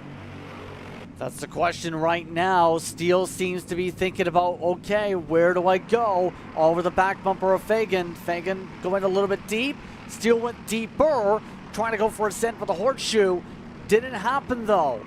Has 1 more passing chance really through scoreboard if there's an opportunity to go so. They pass by Meyer, who's off at the side of the racetrack. But right now, triple kart bump drafting amongst your top 3 as the 34 looked for a chance to poke. In the run to the infield, Eric Fagan covering low, Steele low. Chris Carroll trying to set up for a crossover. Cassidy gave him the space. It still wasn't enough for Carroll to bring momentum up to 2nd. And they are beating on the bumper of Mark Steele, trying to make something happen. I don't know if anything will, though. Final turn. Eric Fagan the leader. Mark Steele 2nd. They've kept the entire pack behind them all the way to right here. And in the drag race to the line, which way does it go? Eric Fagan by 29 thousandths of a second. Mark Steele said he was going to win it. Comes up 300 shy. Chris Carroll 3rd in a close 3-wide finish. Cassidy 4th. Catalata 5th. Casey Stahl, Tim Schutt, Corey Walsh, Jeff Dollian, and David Galonia, your top 10. Another charge to the pack for J.D. Gunn. Similar to his story in Legends, 20th up to 14th for the LSR Motorsports CRG driver. And another drive from further back, Ryan Spirowski picks up 6 on the Happy Kart. Amber Flint gets back to neutral. Brad Davis picking up a couple as well. And from 41st, Michael Dittmer, nearly 20 spots up the board at 23rd. Mentioned he had a long uphill road to get there. That's halfway. And 42nd to 30th as well for Ryan Curtin. Helped in part by a couple of DNFs. Jamie Bradford, Sean Meyer to the recovery trailer and getting a 39th and 40th provisional result from this second heat race. That is a huge, huge blow to their chances of a top starting spot on Sunday. We've got the next group queued and ready. Sportsman playing the final class on the roster for the afternoon rotation today, ages 10 to 13. And we've got all of them with the engines fired already, so they'll be getting ready to roll here in a moment, and then we'll go back to the top of the lineup for the third and final round of heats for CKNA Grand Nationals number 9. The morning classes have their grids set, their LCQ set, and I believe they may already be posted on the CKNA official Discord, and the results on the Race Select app. They launched this weekend, and the new official timing app of Cup Karts North America competition, and what sounds to be many more major series as well. The same registration software that you all have come to know. Make sure to download the app on the App Store. Give your feedback as well. You can submit it in a variety of different ways. You can also let the CKNA officials know if you have any questions with the help desk through the Discord. Anything else you need, well, you can always shoot us a message too on our Kart Chaser socials. And as always, keep letting us know where you're watching from, who you're rooting for. Show some love. Will Feitinger has definitely earned some. He's been exceptional with an outside move to take the win in heat number 1. He starts on the pole alongside RJ Brown with Fast and Wyatt and Hayden Lawson on row 2. Row 3, Dominic Gaddis and Laney Thigpen amongst those drivers in that row. Then Jerome Wickham alongside Brody McDonald, the Canadian division champion. Then it's Keegan Irwin and Clayton Stiles rounds out your top 10. Row 6, Danny O'Gara on the top kart starts alongside Drew Blem. Ryder Thompson and Connor Lipka back on row 7. Harrison Burklow, Ryan Hall on row 8. Row 9, Harrison Bell alongside Mikey Todd. Dean Saunders starts off 19th. Kason Hendrickson rounding out your top 20. Just outside the top 20, Kyle Cameron, Lincoln DeCoster. Then it's McKay, Johnson, Pollock, McLean amongst your top runners. Decker and Shahan and many others line up. We're already speeding our way into the tram lines. Keep your eye on Daniel Dragunov and Logan McCloskey, 2 names that have made some noise in the CKNA Nationals before. They've got an uphill battle here. Let's see how high they can fly and climb up the Sportsman ranks. Green flag.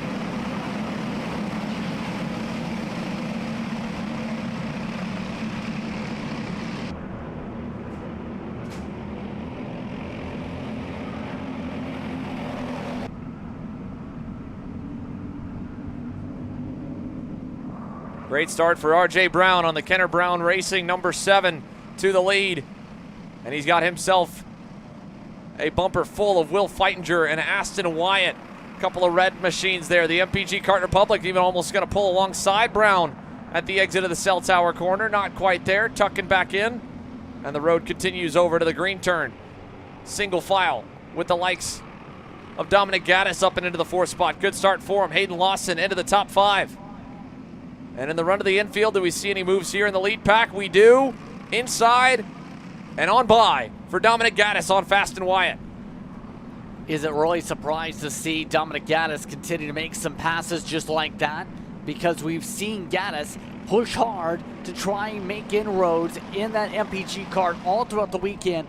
It's been extremely competitive, to say the very least, here at Sportsman. The thing's going to be now a chance to work with a teammate. Feitinger going to be fighting hard to be able to pounce forward one of the drivers from Route 66 as well here in the showcase. The 210 in position to possibly go when they want to go with the help of a teammate. Side by side for 3rd. Wyatt wants that spot back. Dominic Gaddis didn't want to give it to him.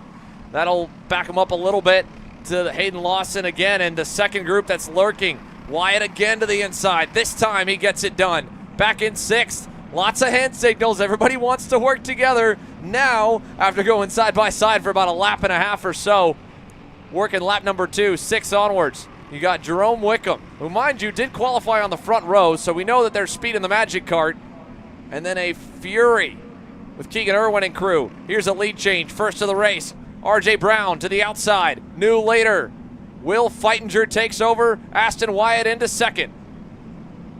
Nice slip on through once again from him. Will has been, throughout this entire season, been usually top 10, whatever class you put him on in, just with the average speed we've seen from that machine. Wyatt, though, going to be a difficult driver to hold back because the Nitro karts have had a lot of speed all throughout this run here this weekend. You can see the separation starting to build up with the top 5, all in control. You also have a Paralympic mixed in there. Lawson very quietly doing very strong to start things off in this race, trying to bring some diversity to the manufacturers amongst these front runners as they continue to drop the 7 down the order. Change in the lead. Aston Wyatt to the point now as they roll through the cell tower corner. So a new driver up front, third different leader of heat number 2 in Prodigy Motorsports. Sportsman back to the inside for Gaddis. Feitinger to the outside, hanging on tough against RJ Brown. He'll keep that spot for the moment. Brown stays 4th, Lawson 5th. Jerome Wickham all the while continues to charge back up to the leaders. And then it's Keegan Irwin. Danny O'Gara's up a couple spots. Brody McDonald back to 9th. Laney Thigpen 10th from her starting spot of 5th on the Timmy Tech comp card. And then you start to get closer to some of the drivers that started way back. Daniel Dragunov is already up 13 spots from 34th to 21st last time. We've got 3 laps in the books, 5 to go, and the MPG duo just worked together and got themselves up to 1st and 2nd. It is now Gaddis showing the way. Feitinger to 2nd. Aston Wyatt down to 3rd. Let's see what he can do to regroup as Hayden Lawson is going to come under pressure here in just a moment. He slipped away from the top 4, and here we go. Jerome Wickham with company side by side behind O'Gara. Losing a spot there. That looked to be Keegan Irwin in the bright yellow Kubica Birol Art manufactured machine. Yeah, a little bit of darkness back there with Irwin able to move up another spot in that fight. I will say this though about what's going to happen up front though with the 2 teammates here. You have that 210. He was one of the drivers back in the summertime during Summer Nationals during some of the heat action. Went from 5th to 1st in MCC Cincinnati in one of the heat race take set victory. So there is still an opportunity here for anybody to be able to make these passes if the opportunities present themselves that open enough from aggressive battling here.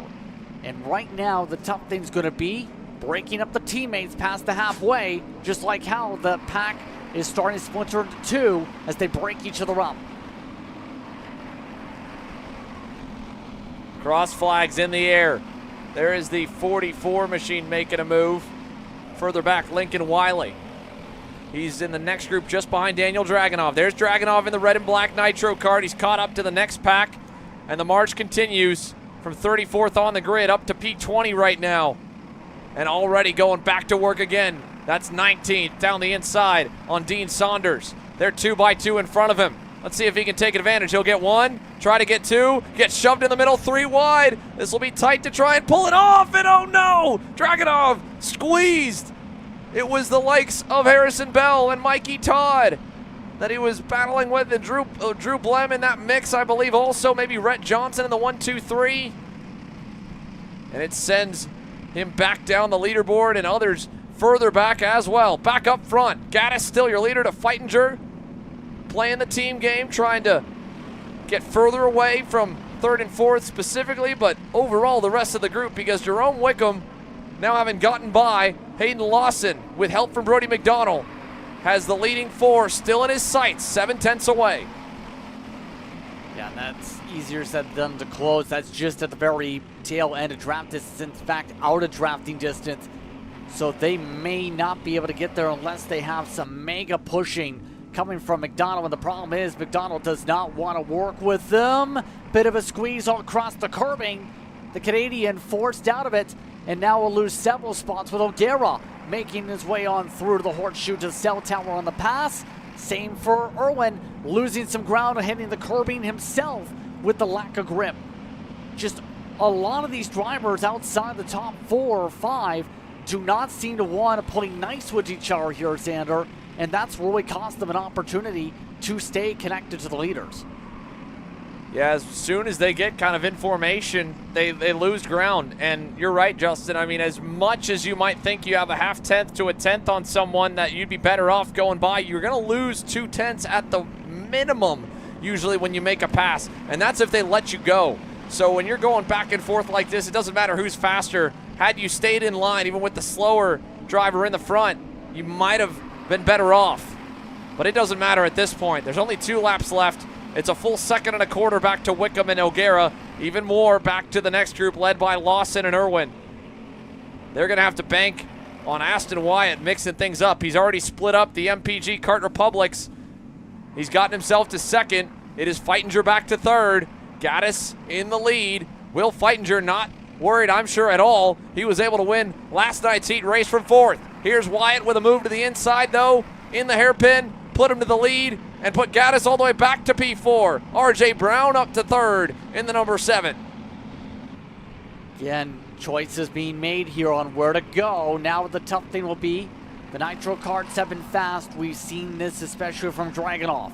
It will take the right choice of line to be able to rip this race lead away from Wyatt, who's been in the hunt to be able to strip this spot away for the past while or so.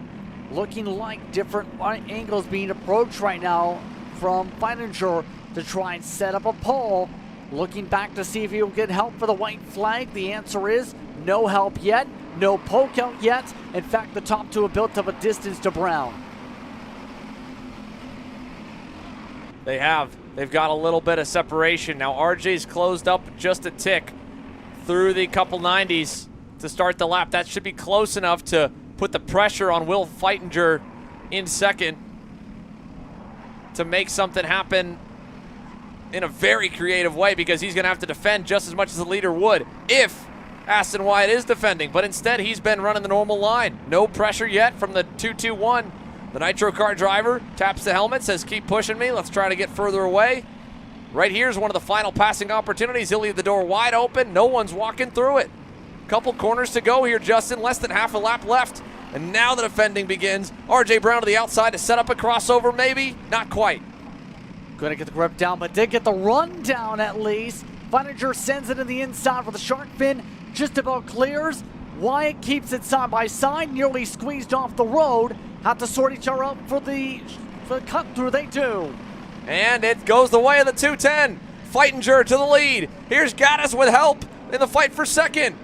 And Feitinger will win the second consecutive heat race. Gaddis second, Brown third, Wyatt fourth, black and checkers for a mad scramble to the line for P5. Wickham holds over O'Gara and Irwin. Hayden Lawson ends up in 8th. Brody McDonald 9th, Clayton Stiles 10th. And in a wild way to get there, Daniel Dragunov will get back up to P20, which is where we were when we checked in on him before he got squeezed in the middle, and then contact sent him back down the board. Lincoln Wiley ends up as the biggest mover in the Sportsman's second heat race from 37th. He climbs all the way up to the 18th position, but your top 10, top 15 as they finished on the racetrack. Outside of it goes to Connor Lipka, Laney Thickben, Drew Blem, Ryan Hall, and Ryder Thompson. Harrison Bell just off the screen there, 16th for the 444. Dean Saunders continues. And it looks like the driver that really got bit the most from that contact with Daniel Dragunov was Mikey Todd in the 299. I believe he may have been the CRG kart in our frame. Dropped all the way to the rear of the pack. Continued, finished, didn't give up on it, but sadly he won't even be on the first 2 pages. 34th across the line for Mikey. But that second page had a lot of drivers from the mid-30s picking up positions. And this last page here with a couple of heartbreaks. Parker Firestein, Tanner Barsh out. Oliver Shahan out. 38 in total. We were able to finish with a good chunk, but not without some chaos through it. Let's take a quick break, and we go back to the top of the batting order. Cadet on deck here and ready to go green in a matter of moments.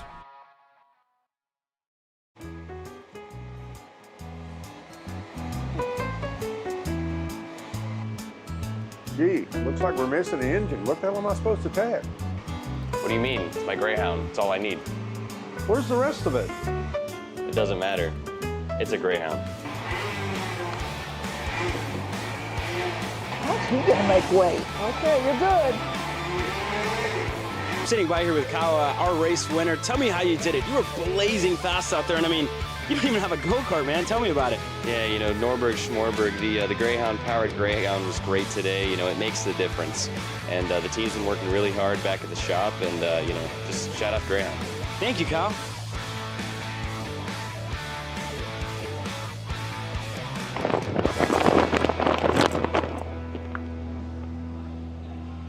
How the did you just win?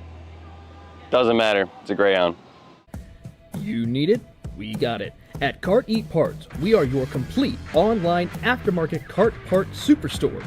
From chains to bearings to bumpers and components, we've got it in stock and ready to ship straight to your door from our base in Ontario, Canada.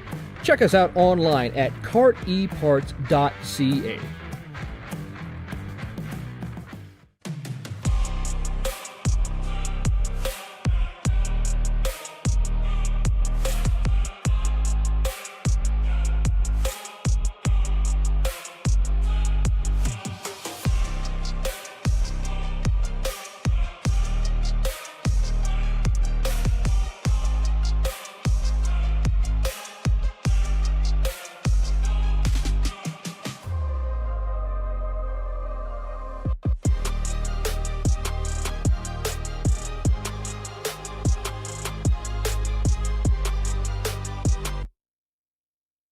You know, I'm really starting to like this go-karting thing. Yeah, me too. Oh my gosh, can I show you this cute dress I just got? Yes, of course. Oh my goodness, it's so cute. I just love shopping.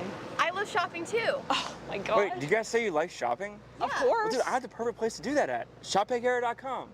At ShopPayCara.com, you can get free shipping on orders $200 or more. You can get anything you want, like MXC rims, gloves, rib vests, shoes, anything that you need, all at ShopPayCara.com.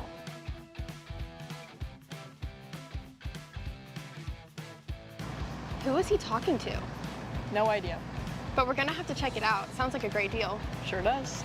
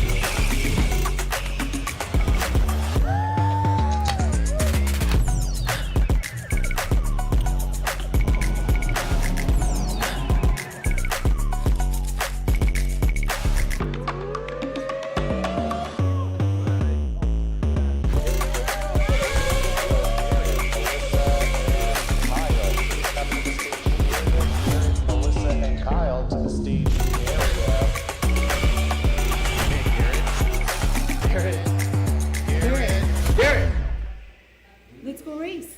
Come on, man. Cat food marketing.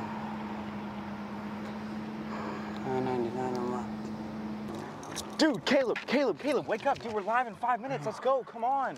What are you doing? Dude, I'm so sorry. Xander had me in a cat food marketing meeting till like 2 a.m. last night. Come on, man. Do you have anything I can drink? Dude, I got the perfect thing for you. Perico, it's a healthy energy drink alternative. Perico, non-GMO, gluten-free, kosher, magnesium, B12, B6, Yeah, it's good. B5, biotin, and zero sugar? Pericazo! Try Perico, made with natural ingredients, organic caffeine, and supports your metabolism. Try the new official energy drink of Kart Chaser.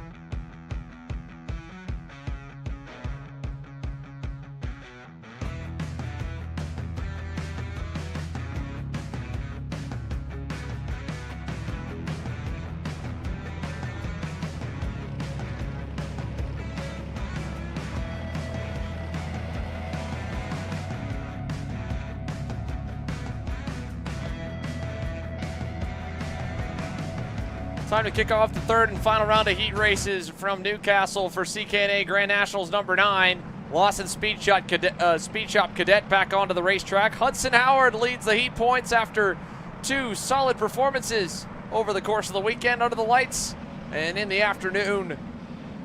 And we'll get close to the lights, but not quite here for it, sorry. Should be correcting myself here. I keep getting mixed up that we give everyone the chance to run at night, which means the cadets have not yet. They get the afternoon today, but they were in the morning slot. They kicked things off in the morning yesterday. Heat 1, definitely a different racetrack than what they're on right now. You can see how blackened the groove is in the infield hairpin here. And also, again, as I mentioned, how wide it was going to become after we raced on it, because we were going to get so much side-by-side passing and 2 and 3 wide action that it was going to clear a bigger path, lay down rubber wider than a single cart.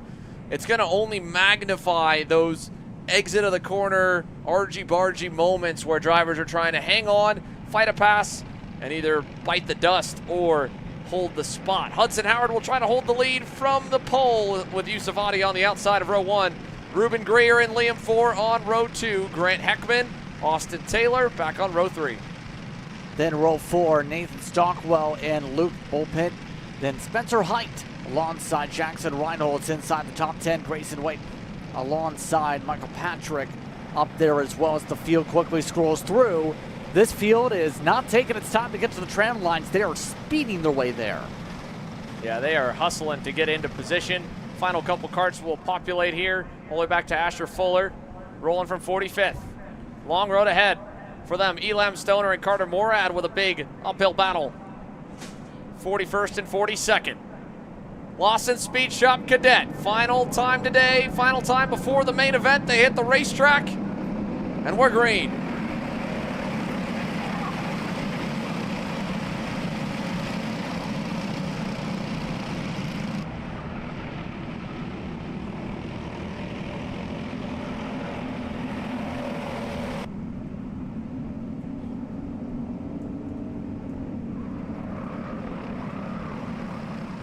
Hudson Howard able to get away easily, but further back, not so much the case there. One driver way off at turn 5. That looked to be around the middle of the top 10 as we try to figure out who we just lost. Big moment there, headed into the horseshoe.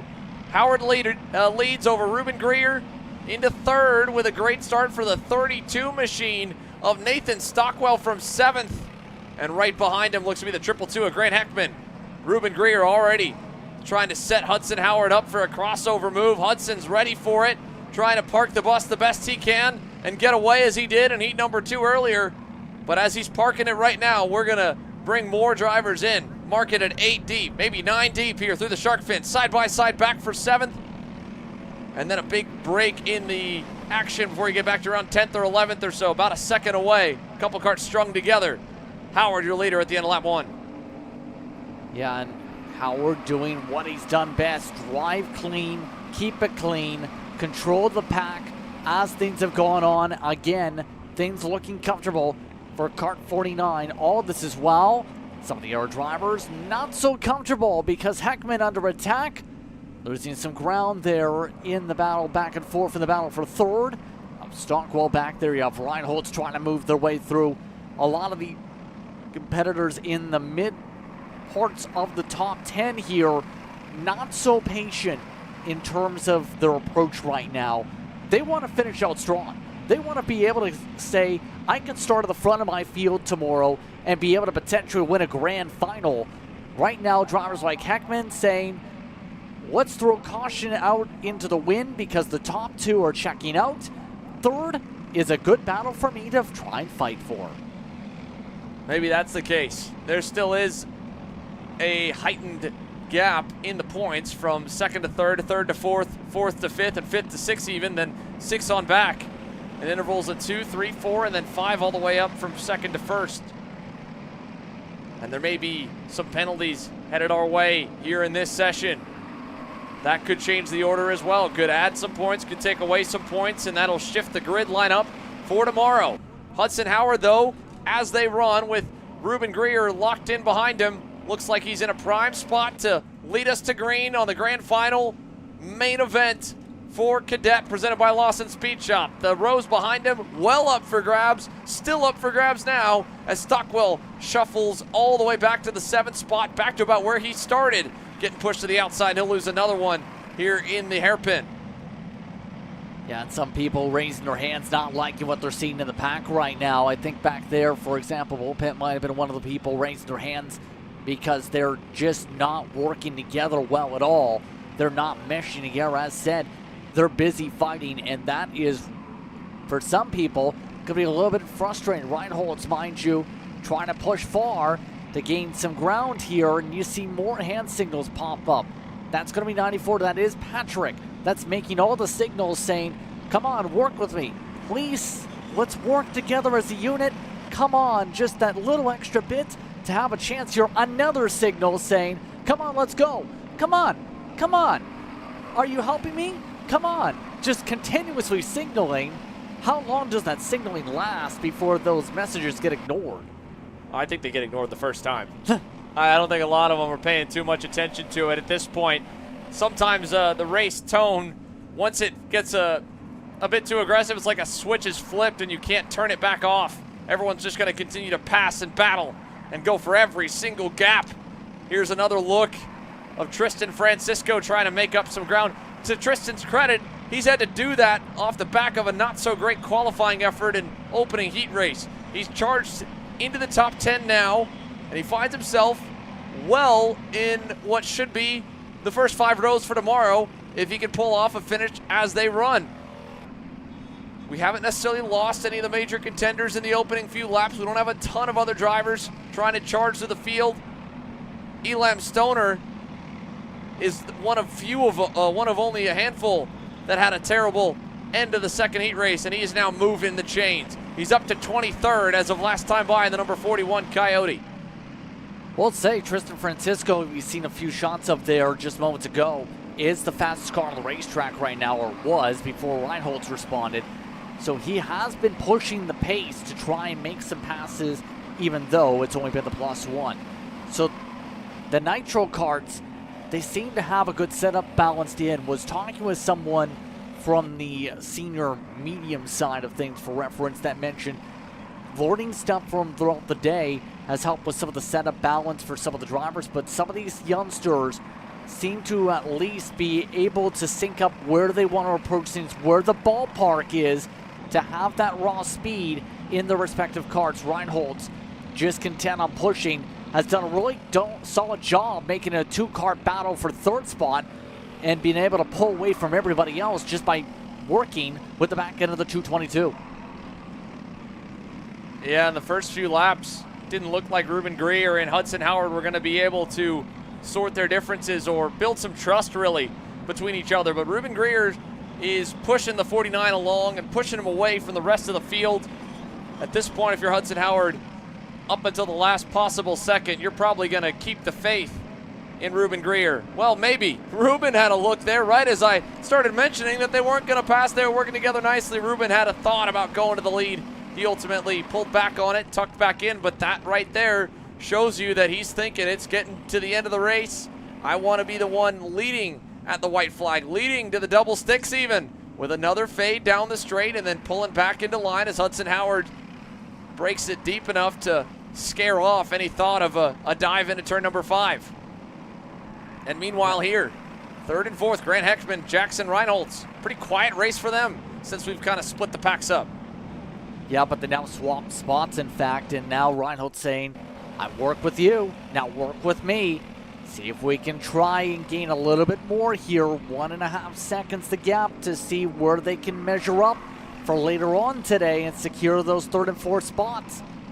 But getting back to the thought process for Greer here, it's about, I think, just trying to make the decision on where's the best chance to go, especially since Howard has now built a good buffer by 2-3 kart lanes, has been able to get a lot of speed built up in the technical sections coming up to the 2 to go signal.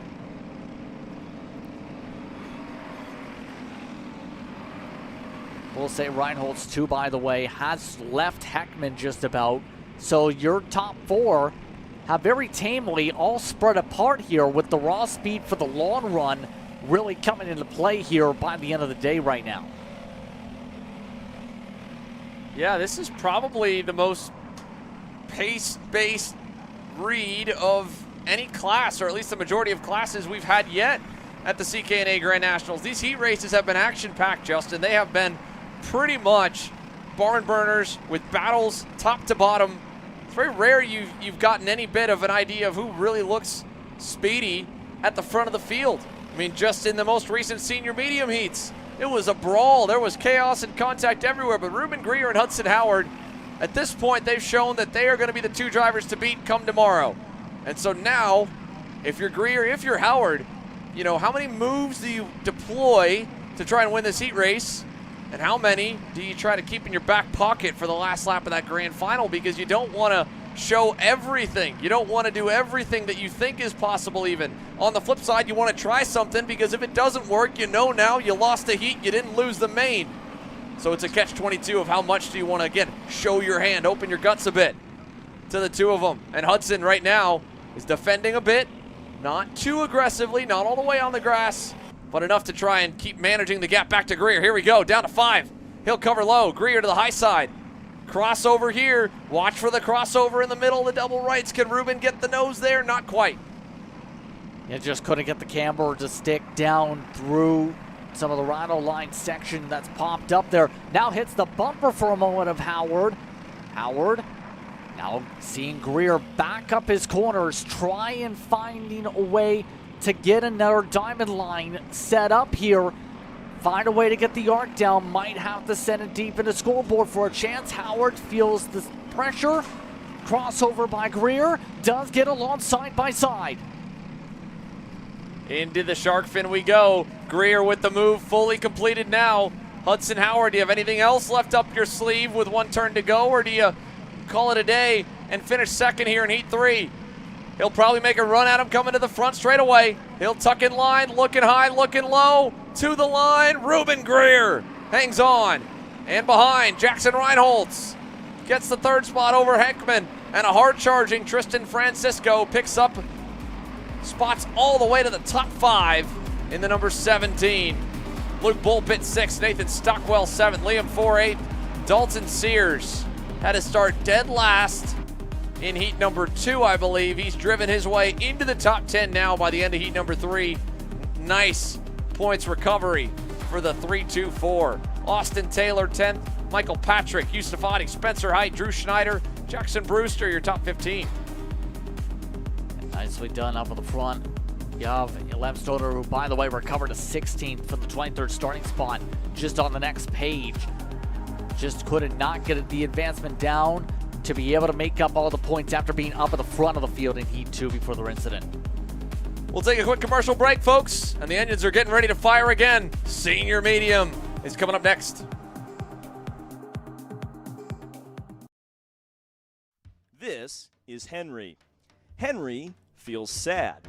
Henry feels sad because it's time for his next big race and his go-kart is in bits. Henry doesn't know that Acceleration Kart Racing is the United States' #1 shop for all of your karting equipment needs. Henry also doesn't know that Acceleration Kart Racing can deliver anything from tires to race suits and even wheels directly to your front door or to the racetrack itself, quickly and efficiently, with tech support available 6 days a week. Poor Henry doesn't even know that Acceleration Kart Racing offers free shipping to mainland USA on selected product if you spend $200 or more. Do yourself a favor.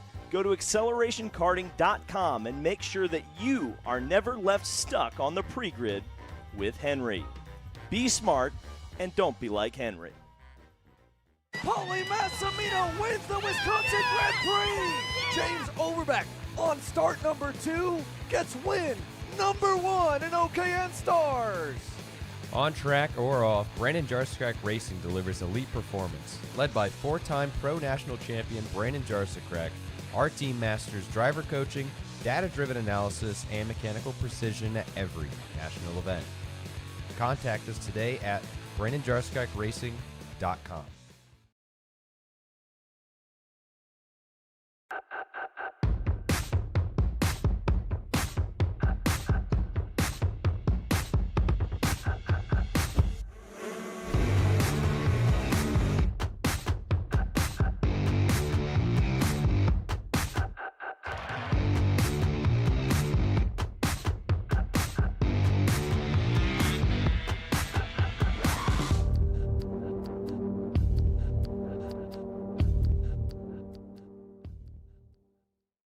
Are you ready to get behind the wheel?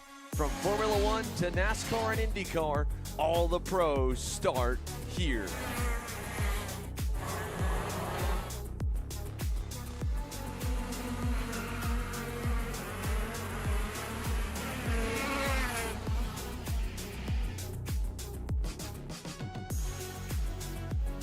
For more information, check us out online at mcckarting.com or call us and go racing today. Florida Kart Racers, you asked for it and we're going to bring it. Introducing Florida Karting Championship, FLKC, a brand new racing series coming to Florida in 2026.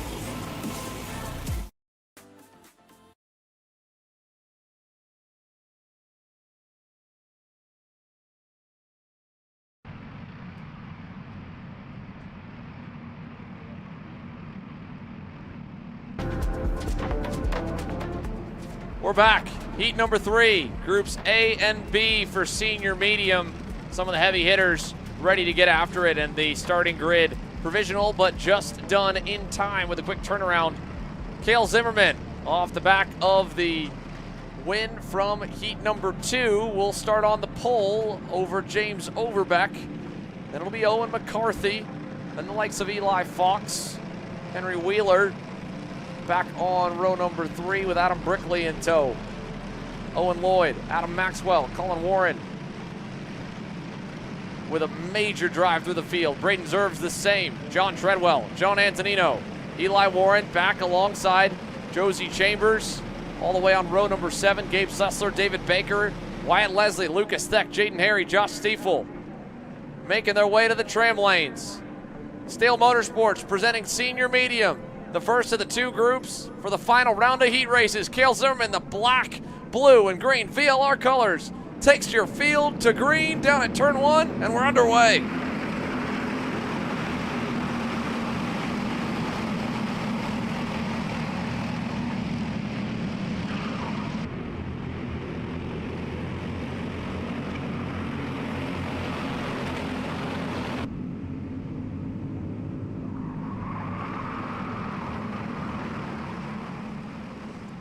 Zimmerman able to get through with the lead, and behind him here, they're starting to stack up just a little bit, and this is going to really stack them. James Overbeck to the inside for second, Henry Wheeler following.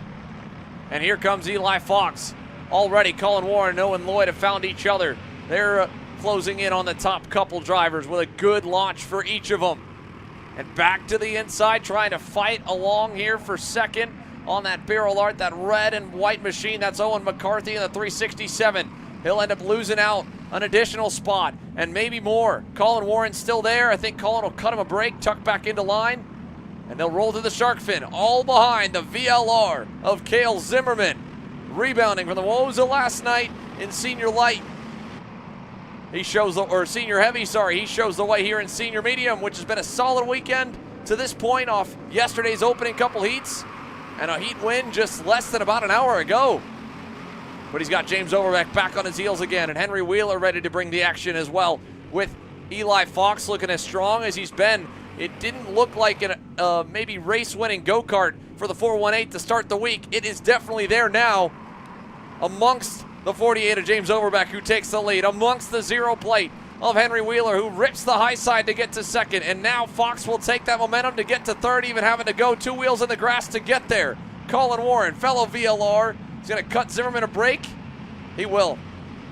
The veteran will tuck into line. Yeah, Warren at this point has got to be in a decent spot for the points, regardless of how things go. As long as things don't go disastrous, to be able to help them, Colin Warren specifically.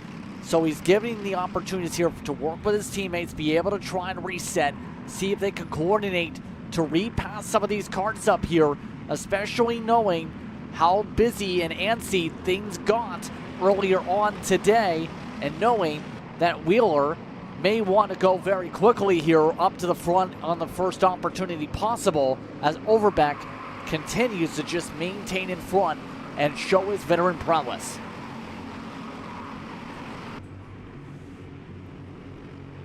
Further back on the opening couple of laps, some notables here. John Antonino's already up 3 spots from 11th to the 8th position. John Treadwell up a couple, and Eli Warren the Heat 1 winner in senior medium in his group, up to the 10th position. 4 gains so far. He's in that second pack led by Buddy Antonino. This main group here spans all the way to Owen Lloyd in 7th.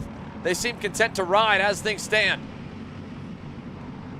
Yeah, right now, how long will they stay content? There's still a lot of time to work with this race, though, and there's still a lot of time to plot and plan. At this point, I think by next lap or the lap after that, I think that's where you start to see the moves if they do start to feel that sense of urgency here. Right now, this almost feels too tame. It almost feels too Serenity-like with what we've seen earlier. Well, there's no doubt that off the second round of heats, the level that the driving standards had dropped down to were far below what the CKNA officials wanted. There were some heavy-handed measures taken.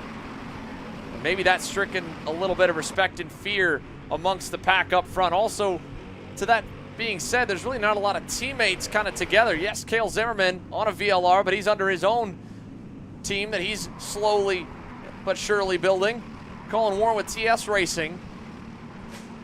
And yes, there's the MGM of Eli Fox, the MGM of Owen Lloyd, but also somewhat together, somewhat not. The Bradford Racing 418, the South Georgia Karting and MGM national team backed Owen Lloyd 119 machine. They're going to trade intel, but they're not exactly pitted right next door to each other.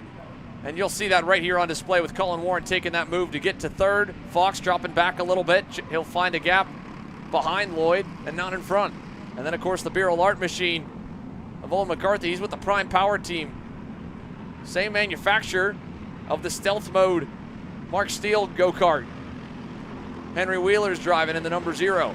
And so is Eli Warren, and he's driving it up the field. The 97's now gotten by Antonino, move him to 8th. Halfway in, the lead pack of 7 still well within reach for the red helmet of Eli Warren as he tries to get back some points that he lost. Yeah, right now, not bad job so far from Lloyd to be able to pick up some of these spots as we've gone yet again, has been in the conversation, seems every single time, but Colin Warren is going for a move up the road. Take a look at Antonino holding on to the 9th spot for now, but Warren did take the poke, did take 2nd, now looking to take the lead, will take the race lead, and bring Zimmerman with them. So the two VLR chassis hooking up and working together very well. They are in sync and in tandem to try and control things coming to 3 laps to go. Colin Warren's picked apart this lead group beautifully. To think that he started 42nd in the earlier heat today is insane. However, Cale Zimmerman trying to defend a bit for 2nd and hang on to that spot. It's going to be tough. Henry Wheeler doesn't want to let the leader get away. Zimmerman parking it now on the shark fin. And now James Overbeck is side by side with Henry Wheeler, but more importantly, Colin Warren has a huge lead out in front. Lloyd now alongside Henry Wheeler. Here comes the 367 of McCarthy on Lloyd. Not there. He'll back out of it. Yeah, right now, I think he's picking his spots with the way things are looking, but still, this is all built up a huge buffer. Warren building up one of the largest leads we've seen in this seniors here today. Just like that, Overbeck with the squeeze. Zimmerman forced off the gas. Zimmerman still having to defend spots. Finally gets in line at about 5th or 6th or so, while Lloyd moves up to 3rd just like that. And all these spots continue to get bled. If you don't take the right opportunity to go and clear on by, it can cost you. Owen Lloyd's got to be thinking, dude, you have to be kidding me. Finally gets a good starting spot in that 2nd heat race and a good starting spot here. And as he makes the move for 2nd, once again, the story of Owen Lloyd's weekend is having to find a way to will his way to the front, to pass and then drive on pure speed to catch the next driver. In this case, it's Colin Warren, who hasn't really gotten the chance to show us what he's made of on individual lap speed. But you can see he's pushing, tucking the head down behind the wheel. What's the gap back to Lloyd? 1.8 seconds. It would take a lot, a whole lot in 2 laps to eat that gap down. Talking 6 or 7 tenths a lap plus the draft on the straights to bolster it. I don't know if it's possible. Colin Warren is well and away, and James Overbeck putting the heat on Owen Lloyd. As they roll down to turn 5, Lloyd was feeling it there. He heard him bearing down on him. He covered low. Still trying to feel the pressure right now. Overback thinking about a poke. It looks like Lloyd went more toward the middle of the corner, coming up to the cell tower just to defend as they come up to the kink this time. Right now, they're willing to bump draft to certain spots, but it's about covering off where that opening is. At this point, Lloyd's not concerned about the lead. He's concerned about getting sworn by this entire pack, especially with Zimmerman to the inside. And now Overbeck having to try and go side by side. 2, 3, 4 rows deep of side by side. It looks like they're lining up for a start. 2 by 2 to the shark fin. Zimmerman on the high side with Eli Warren up there as well. Lloyd will get back into second. Overbeck third. Zimmerman drops down to fourth. And all the hard work for Eli Warren is about to go out the window because he is just finally able to get a gap down low behind Antonino. Check out once again Cale Zimmerman trying to wind up for that over-under that won him the opening heat race here in senior medium today. Couldn't quite get it in turn 1, but he was gearing up for it again. Overbeck bringing the heat to Owen Lloyd. Does he have the faith to go to the high side himself? They're all going to tuck down low. Colin Warren laughing all the way to the bank. Over 3 seconds. There he goes. He's gone. Race over. But the fight for second back to 13th. Still to be debated upon. And it's Owen Lloyd holding that top spot of the group as they run. There's about 7 more cars closing in, as you saw at the back of the frame. Here we go to the green corner for the final time. Oh, covered him off once again, but again, in our crossover, Zimmerman has done that several times out of the green corner. Lloyd got bumped out of the way by Zimmerman. Oh, it was such a clean move there, Cale Zimmerman. I don't think he expected Owen Lloyd to back him up as much as he did. Misjudged it, got on the back of him, moved him out of the way. That could trigger a penalty. Henry Wheeler, would he end up with second? That's the race right now. Colin Warren's gone. Full straightaway out in front. Wheeler will make it close here at the line for P2. Zimmerman crosses the line second. And you can see the black and checkers letting you know the race results are far from official from groups A and B for senior mediums. Final heat race on the weekend. Cale Zimmerman, slick move to get third there. You saw him again trying to do that same quick whip motion to get a crossover done on James Overbeck. He tried it in turn 1, succeeded on it coming out of the green corner, and then as he was lined up, boxed in on the inside behind Owen Lloyd, he puts the bumper to him, moves Owen up the racetrack. Owen still crosses the line in 4th. Warren 5th, Antonino, Eli Fox, Overbeck drops to 8th. John Treadwell and Owen McCarthy, your top 10 from that senior medium heat race. And really no one able to make up a ton. Cameron Reed from 44th got to 23rd. Chris Wakefield from 41st to 24th. So a few of the drivers knocked out of the last heat race able to march forward. Bryce Frank and Brady Eichhoff as well, picking up about 10 or 15 themselves. But part of that due, of course, to the, well, cleaner driving at the front of the field. Did see some surprising runs like Adam Berkeley, who started up the front, dropped into the 20s, by the way. One of the drivers with Toyota Giera Cup experience. Some of the other competitors back there, like Speck, only got to 33rd. Huntington Bolton, who showed speed in some of our classes, down to 42nd. It was hard to be able to move your way up from the back for some of these drivers now, because the drivers who have had to go from the back to the front that have showed speed, well, they already made their way to the front by the very end with how they did in Heat 2. So it's so hard for those drivers now the rest of the time for where things could shape up on the points. We'll see where they start up by tomorrow. Calculators are about to be put to use once again, but we're going to have to wait till the penalty window is completed with the extended window to know exactly what the grids will be, and more importantly, who is going to the LCQs and having to get up at 8:15 or truthfully sooner.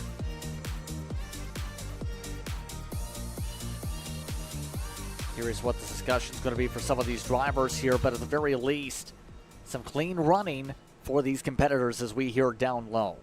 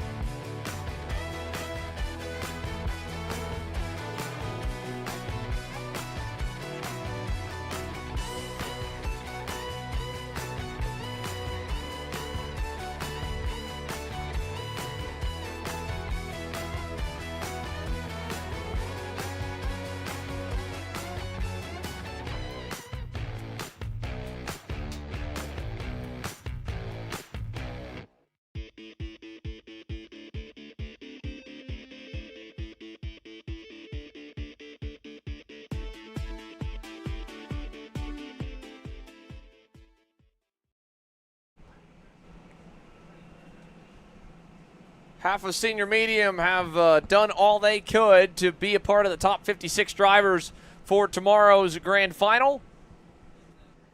Trav, music.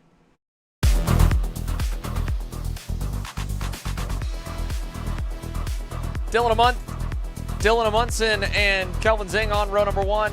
Jerry Fandry and Kyle Wick on row number 2. Chase Jones and Jackson Young on row 3. Nick Sobiek and Noah Van Straten on row 4. Then row 5, Brendan Heber and Jake Sessler amongst the top 10. Mitchell Morrow down at 11th. Then it's Adriano Iannuzzi in 12th position. Peyton Worm back in 13th with Shane Reddy 14th. Breaketsville down at 15th spot of the 00. Braden Johnson rounding out your top 16 here. Row number 9, Austin Olds deep in the field to roll for the number 50, but he's already made up a lot of spots from where he was. Addison Iannello also trying to charge back from Heat 1 woes alongside Brendan Taylor, and Thomas Sharek rolls from 18th. You have Iannello and Taylor back there as well. Hill and Terlecki. Stir and Wheeler back in 24th. Then it's Stevens and Hewitt, Murray and Evans amongst the top 28. Then Jed Perkins and Jordan Klein round to the top 30. Paxa alongside Mort. Then Hanville and Feister back in 34th. Gamrod and Bissett amongst those as well. The rest of the field on screen getting ready to go. Already reaching the tram lines. This field is massive. Already 52 strong with Christopher McKeithen dead last. Yeah, Christopher McKeithen and Ian Quinn, both drivers, were unfortunately parked by race officials. They have been told that is enough. So we're 50 deep, but that's enough to have a good race. And we've got him oh no! Big contact for the front of the field. Huge pile up at the exit of turn number 1. Jerry Fandry, along with Chase Jones, turned in front of everybody. And there are about 15 cars in a dog pile on the grass on the track, and it's Amundsen with the lead over a massively changed top 10. Nick Sobiek out in the 23. Jackson Young involved. Jones from 5th got turned sideways. And this now has become Dylan Amundsen and Kelvin Zing with a huge opportunity to make up a lot of points. Kyle Wick up to the 3rd spot. Only was it going to be a matter of time before the GFC started to roll, and Jackson Young running behind him. He did avoid it. Sobiek did not. Van Straten, I don't think, did. Who's the next group here? Look at this. Looks to be maybe Sessler in 7th or 8th. But a 4-car breakaway. Once again, Dylan Amundsen. This time he was ahead of it. But chaos happening in his heat race, not involving him. Look at this, left side of your screen. Try to give you the action. Chase Jones on the inside. Fandry on the curb. Jones with Sobiek. And it looks like Heber in the number 8 was kind of right on him as well. But the whole inside lane following Jerry Fandry and Chase Jones. Bumper to bumper. And the moment that Jones and Fandry ended up on the inside curbing, it got those rear bumpers lifted up just enough that the front bumper of the car behind was jammed underneath and spun them around. Yeah, and when you have a jam up like that at the front of the field, there's just not much time to even respond to that, and that's why so many cars just got collected and lost so much ground in that sequence. It was chaos, to say the very least, from that. But now we look to see how things play out up front here. 5-car breakaway. Heber the last of those carts right now in that group for now. Some of these drivers like Heber joined the conversation for the first time all weekend in terms of being up in the front for some of these heats. Heber amongst those, for example, that's run mostly in the teens or in the 20s before some of the incidents that have popped up in the past couple races here. Looks like we've got a pointed black flag potentially going to someone, or maybe a penalty flag coming out. No, a meatball flag going out to one driver deep in the field. Let's pick up some of the biggest movers from all of that. Jed Perkins up 18 spots, 29th to 11. Logan Paxa up another 20. Brendan Hanville up a bunch. Christopher McKeithen, he is out there. He is running. It was Ian Quinn who was parked, but McKeithen is out on track. And through the chaos, actually is up to 15th. The driver who we're following there was Nicholas Terlecki. He's also one of the biggest movers, making his return to the national karting ranks after Las Vegas last year. It's been a tumultuous 10 months since we've last seen Nick Terlecki. Nearly 11 months, really, since we've seen him. Almost a full year. He's gotten back behind the wheel just a couple of weeks ago in the Happy Kart squad. Have him running nicely up inside the top 10. Austin Olds there making a move on him, though. We'll drop him one spot further back. And he was running with Peyton Worm in the 422. I believe that's still the driver that's just up the road from him, but it's Adriano Iannuzzi that's gone by both Terlecki and leads Austin Olds. There's a look at the 422 of Peyton Worm on the MGM. Yeah, and Olds, someone we see who does well on the club scene, for example, popped up, also races a fair bit of the national scene, like many of the others that we've seen race here in these series. Olds doing a good job being patient, all while things continue to spar out between them. A bit of a send side by side. Looks like he got shuffled out as a result of that attempt on the side by side. Didn't work out there and cost Olds a fair bit of ground, getting him shuffled further back into the hornet's nest.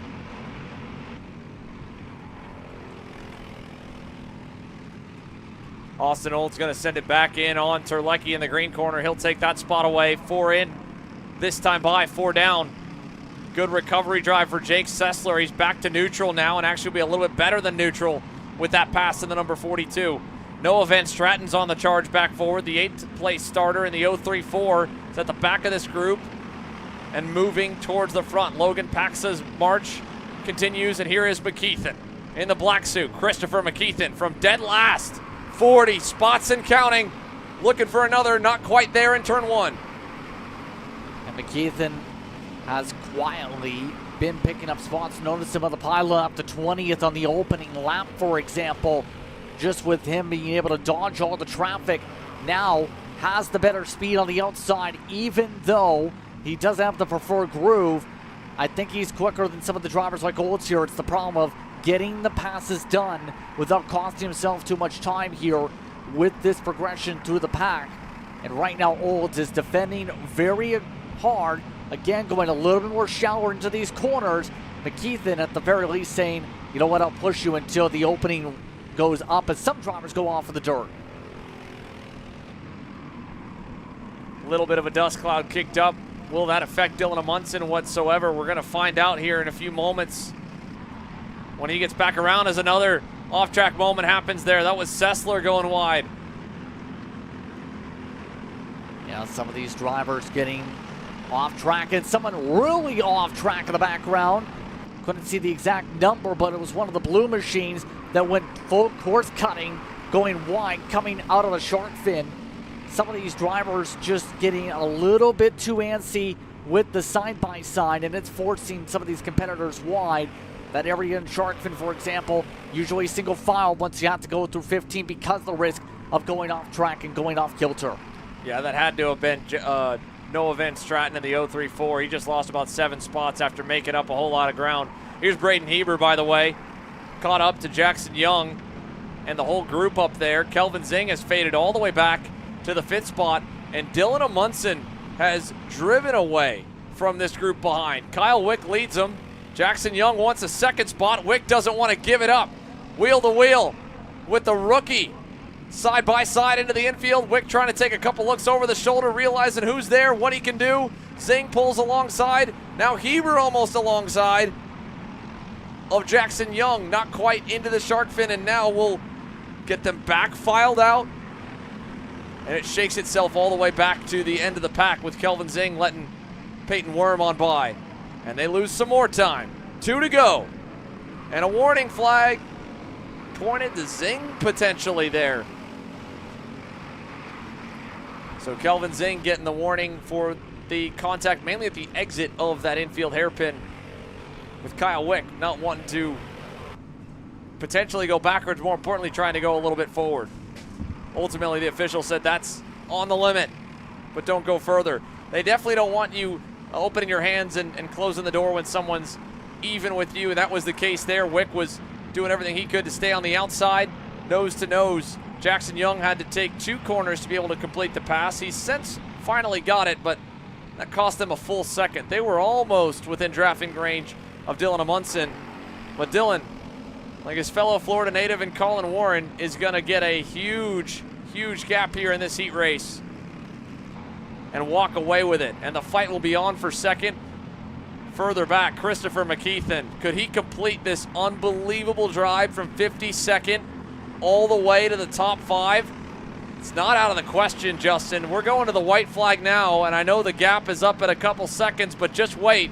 Here we go. Braden Heber to the inside for P2 on Jackson Young. Looking to get help. Fellow MGM Peyton Worms stuffing it down the bottom. He'll get to third. Wick going to go to fourth.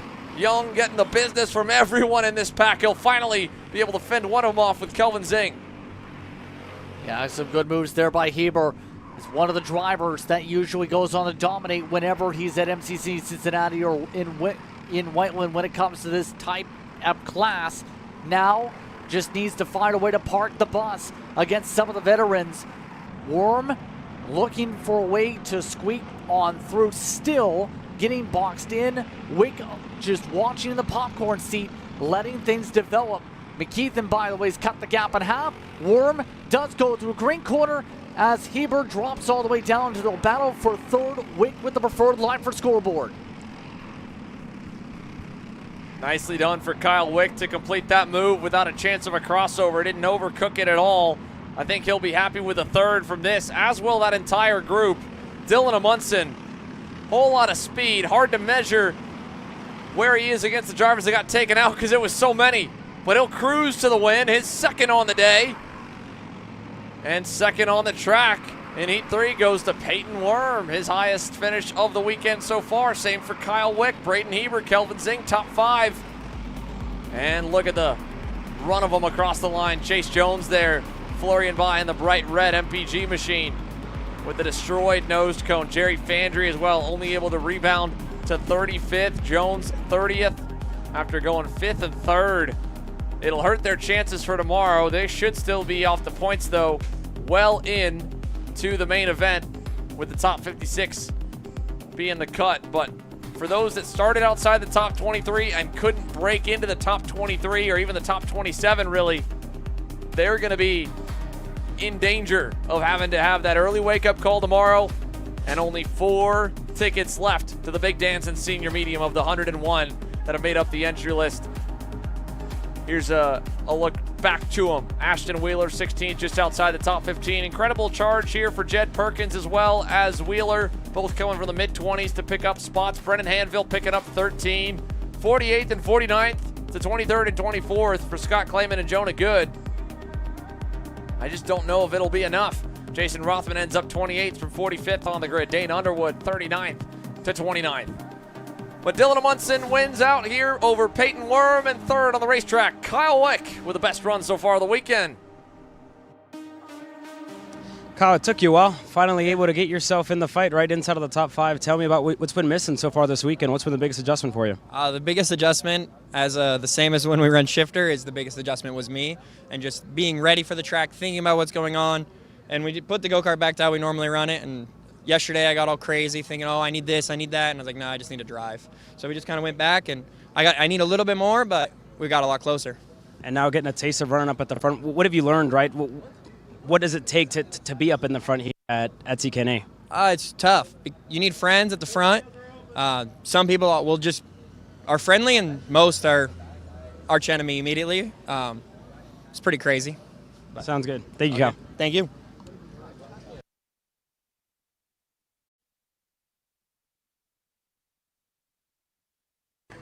I need to find somebody else. So.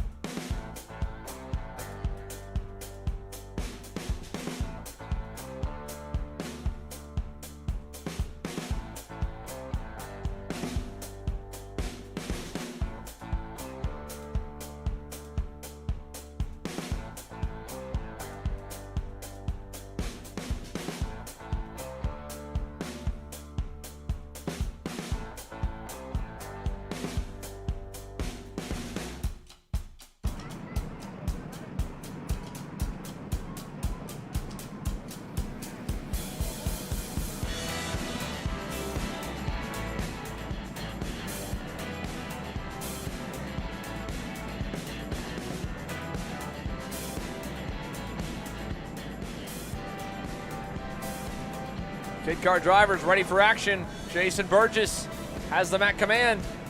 Here we are, getting ready to go green for their final time before the grand final Sunday activities.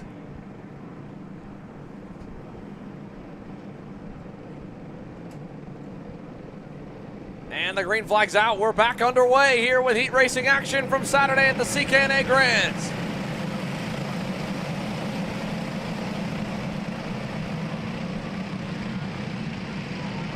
Good jump for Maddox Knives, able to get the better of Mateo Romeo off the green, and the 93 leads through the infield.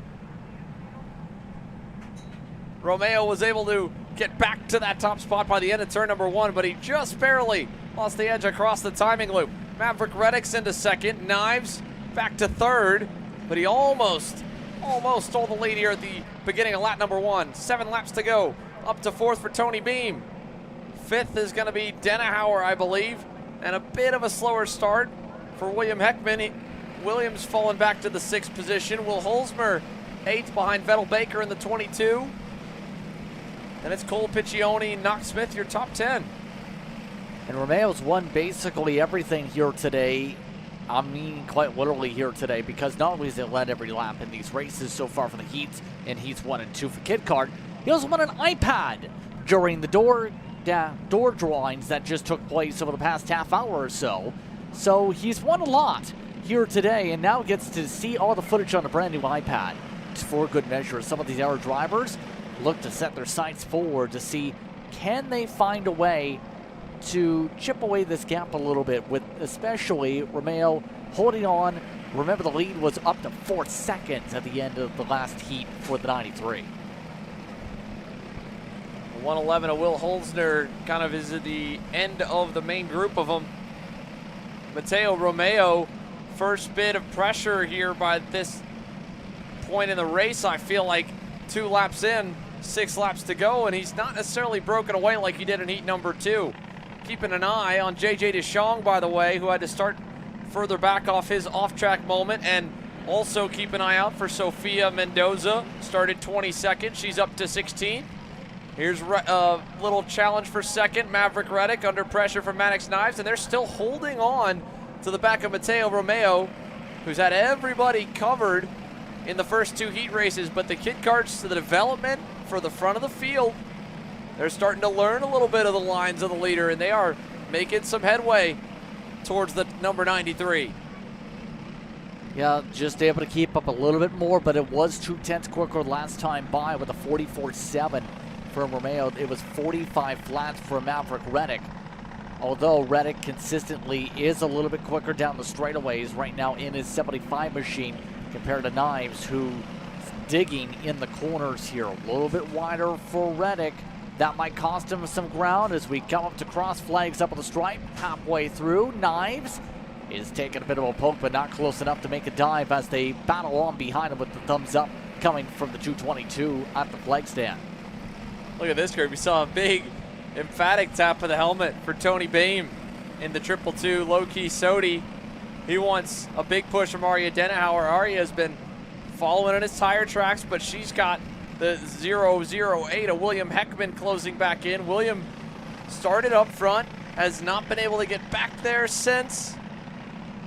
And you can see the difference too. The Kid Karts, they have 2 options for chassis.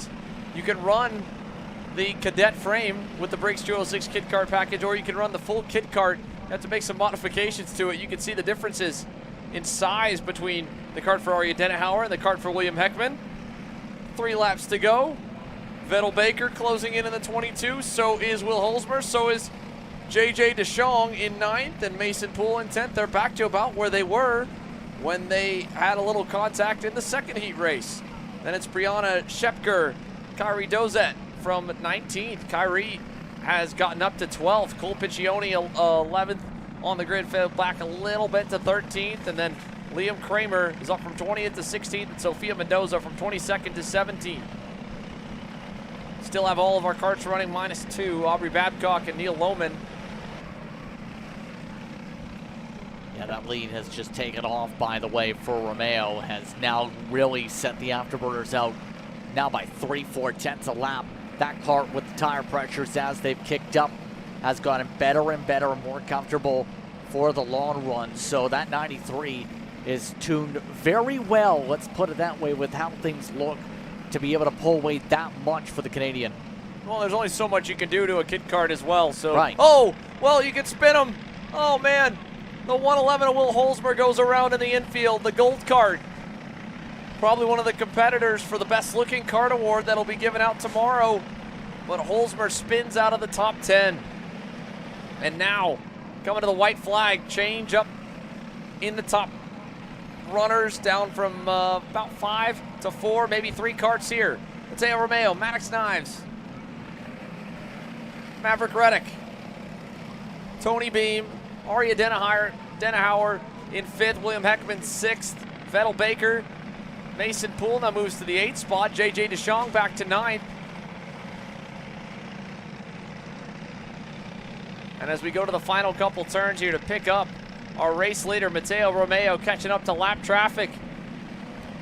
Picture perfect weekend here for the Grand Nationals in kit kart for the number 93 LGK driver. And Mateo's going to try and make sure he gives ample space to the lappers. He'll be courteous enough to let them finish their race as he takes the checkers in his. Maddox Knives 2nd, Maverick Reddick 3rd. To the line, Tony Beam hangs on over Arya Denahauer and crew. A 6-car pack to the checkered flag. Ending off with JJ DeShong there in the 77, and then Schepker rounding the top 10.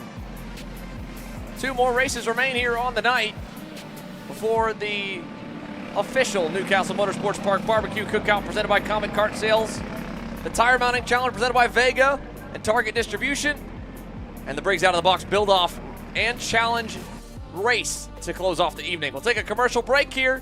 Kit Kart wrapped up for Saturday. Masters and Sportsman to close out the regular action here when we return.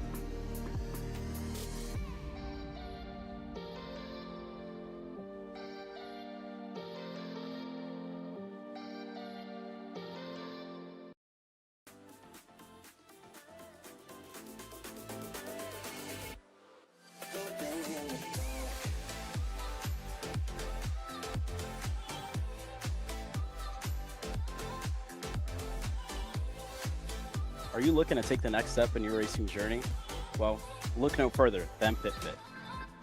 With 2 locations in Charlotte, North Carolina and Indianapolis, Indiana, PitFit trains drivers all the way from grassroots level karting to IndyCar and NASCAR with top-of-the-line personalized coaching to improve physical and cognitive fitness.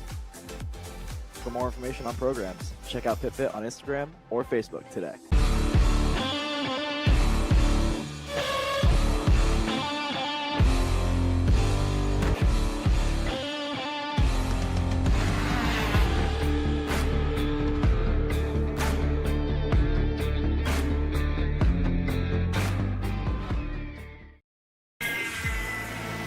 Florida Kart Racers, you asked for it and we're going to bring it. Introducing Florida Karting Championship, FLKC, a brand new racing series coming to Florida in 2026. Kyle, what are you doing? It's got my new Greyhound seat. You don't even have a cart. Doesn't matter. I have a Greyhound.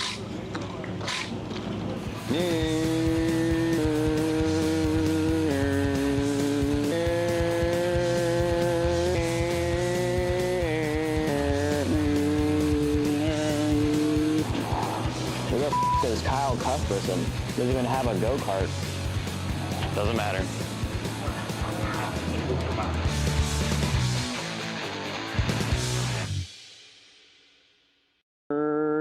Cuthbertson threw on Turney. Turney in the dirt. Cat food marketing.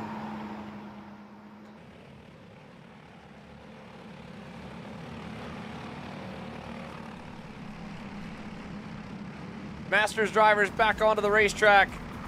Final time today, and it'll be all of them together again. Eric Fagan and Mark Steele have led all the laps of racing action today in Masters, presented by CRG LSR Motorsports, otherwise known as Camp Chaos. Chris Carroll and Ryan Cassidy for an all-Coyote row 2, and AJ Catalata and Casey Stahl on row 3. Tim Schutt starts in row 4 in the 7th spot. Corey Walsh in 8th.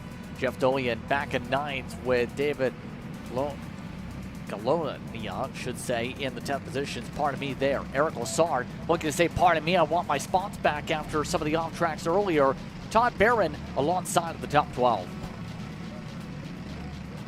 Then it's James Bruncati and J.D. Gunn on row 7. Amber Flynn and Brad Davis, row 8. John Price and Ronald Swift on row 9. Jeff Scott and Josh Smoker back on row 10. Then you kick it back to Ryan Spyragowski, Kevin May back there. Michael Dittmer won a cooler earlier in the door prizes. He looks to try and get more than a cooler and have a cool run here with McCaffrey alongside. Eli Yanko back at 25th. Insko back at 26th. Throw and Sokol back amongst the top 28. Morales and Corden in amongst the rest of the field of note. Scott Falcone and Scott Hamill, the Scots, back in the 30s as well. Sean Meyer, remember, was off track, involved in some of the incidents, back in 40th position. He's going to be someone probably hard charging here. Final row, Rod Glenard, Chris Osgood trailing at the back of the field. It's Eric Fagan on the right this time in the green and white Tony Kart, and Mark Steele on your left in the stealth Mark Steele Motorsports entry, the 34. Had a scary moment earlier today in senior heavy, but he's been perfect with the likes of Fagan leading laps in Masters. Here we go again for Heat 3.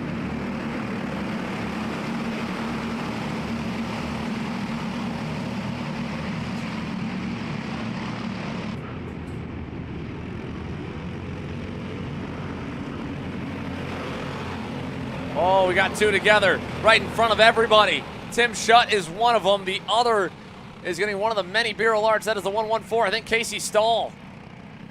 Stahl on the back of Tim Shutt in the Timmy Tech Comp Kart. And as they finally get dislodged, slowly they rejoin the race here about 10 seconds away. And that's taken two of our top 10 drivers out of the running. So it's Fagan to Carroll to Steele, back to Ryan Cassidy, who has faded actually to the 5th spot. And it's been an improvement for AJ Catalata in the 222. Yeah, Catalata earlier was one of the better drivers in the warm-up sessions to set the tone for the day at least, but so far has been very quiet in the races. A little bit of a bobble off track there. Right side tires went off the circuit and checked up Catalata as a result on behind, and that's really closed everyone back in the pack instead of a 4-car breakaway. This train, you can technically strain it together all the way down to 23rd. That is going to be about an hour and a half at the intersection for the train tracks. What? I mean, don't you wait for a train when you have a cross on the street and you're waiting for all the train cars? That is multiple train cars hooked up together all the way back. That is an hour and a half sitting down. No, you're right. You're right. Sorry, that one went over my head. You're just smarter than I am, Justin. That makes total. No, that does make sense. And right now, all the trains are coming together up front, though, because you can see the gap closing. Mark Steele and Catalata have had a gap back to Ryan Cassidy. That's gone. Behind them, you see a new player, Corey Walsh, in the 408 REM Cosmic, the purple and white colors. 6th, he's gotten past. Well, that's actually Todd Barron back there in the 11. I thought he had actually been higher up. He's closed his way towards the top 10. So everyone's bearing down on the leaders, trying to take advantage of the points that'll be up for grabs. Jeff Dolian, by the way, was another driver kind of affected by the Tim Shutt and Casey Stahl moment from the first lap, as was Eric Lassard, who started 9th and 11th. And for the first time today, as the penalty flag goes up, we put 2 laps down. Chris Carroll changes the script of only Eric Fagan and Mark Steele leading laps. He takes over. And he's been wanting this for a while, you have to think, has been in position to do so all race. It's just been nigh impossible, we've seen in Heat 2, to get around the 1 and the 34, but now, with the good start, been able to position themselves well to be able to now try and see, can he hold on, or will Fagan make it a back and forth between him and Carroll now?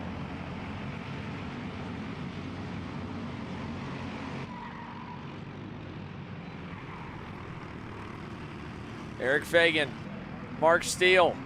First bit of adversity the two have seen today, and they're not going to be together. It'll be Steele to the inside of Fagan.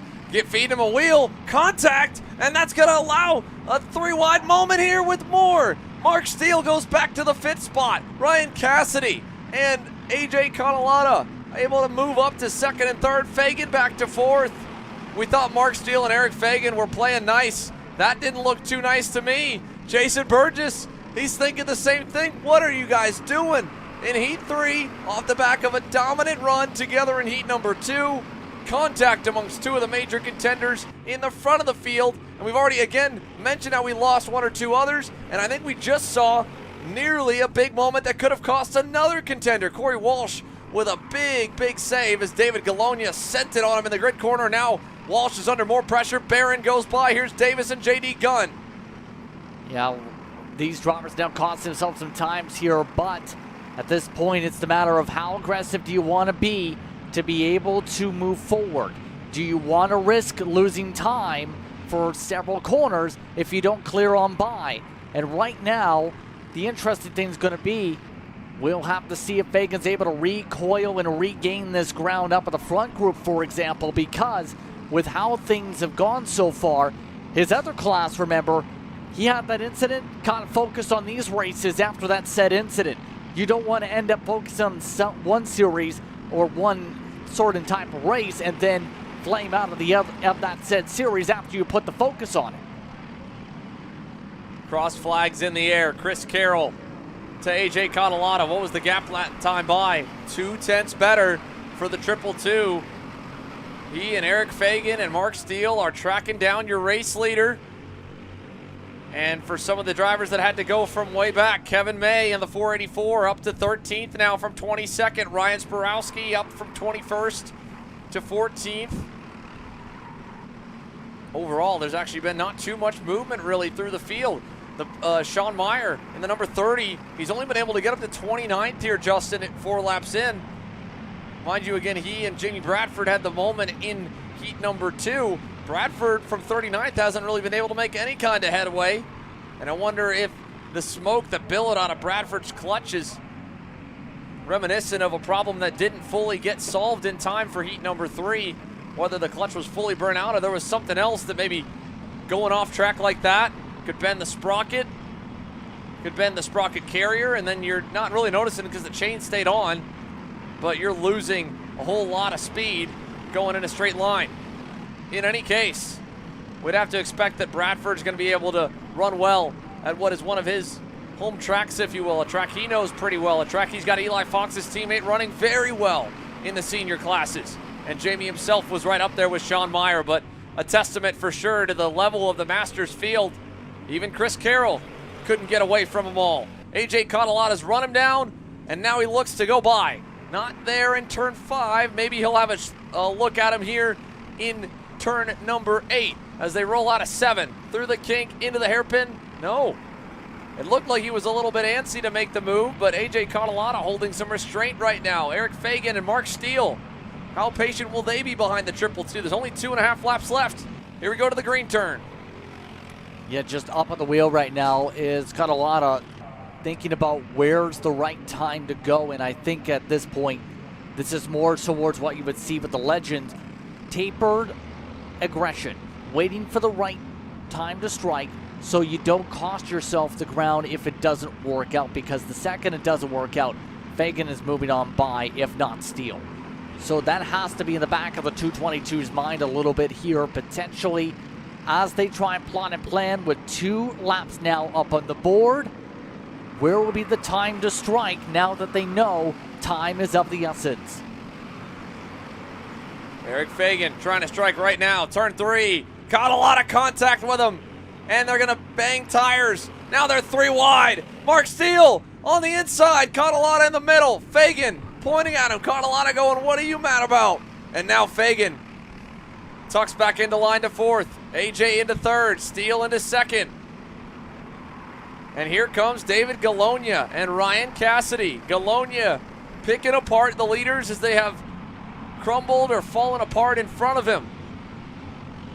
He's now in 5th, and this would be a continuation of the progress for the 291. One of the many garage owners here who's pitting locally out by the outskirts of turn number 1. David Galonia did not qualify anywhere near. I would have expected to see him, but yet here we are closing into the most important parts of the weekend, and on the final heat race, he's knocking on the door of the race win. He's for sure knocking on the door of the top 3. And I didn't think we were going to have a fight for the lead, but Mark Steele has put an unbelievable lap together here with 2 to go. And now with the white flag, it's only a car length difference. Yeah, this is closing down pretty quickly with Steele pushing hard last time by. Steele was 2/10 quicker than your race leader. Going a little deeper into the corner, trying to make the time stick. Does chip it away to under a quarter kart length. It's still not enough to confidently go for a send unless it's a dive bomb. Needs to chip away an extra 10th or so of a kart length. Be really up on that bumper to be able to have a surprise move to try and make it stick on Carroll. Watch for the run by scoreboard yet again to see if the move does come up there, because Steele seems to be setting up for there or in green corner. That works too. Final lap. Here we go. Mark Steele. Does he cover low? He does. Chris Carroll looking behind him. Catalana, Eric Fagan closing in. Now for Chris Carroll, you have help. Will it go your way? I'd be surprised if it did. As they roll out of the last turn, Mark Steele running down the front straightaway to the inside. Carroll to the high side. Catalana will follow Carroll, but he won't get there in time. Who gets it at the line? Mark Steele by inches. And how about that after his incident earlier? Mark Steele able to live up to his expectations. Said he wanted to win before Heat 2. Does get Heat 3 at least to be able to get that celebration and be able to string that momentum together for Sunday. Mark Steele from the ambulance in the morning, Justin, to the win in a second here in the evening. Talk about a day. That's busy. And then add on to that about 30 go-karts and drivers pitted under your tent, and the team that you own here at the biggest race in North America. Yeah, it's not bad of a day whatsoever, to say the least. After, I mean, it ended good. Yes, it's been a bit of a roller coaster, just a minor blip at the start. You know what I mean? Well, I'm being sarcastic. He said he was going to go out and win Heat number 2. He didn't get that one, but he did win Heat 3. Solid job for Mark Steele, Chris Carroll, AJ Catalana, Eric Fagan, and David Glone, your top 5.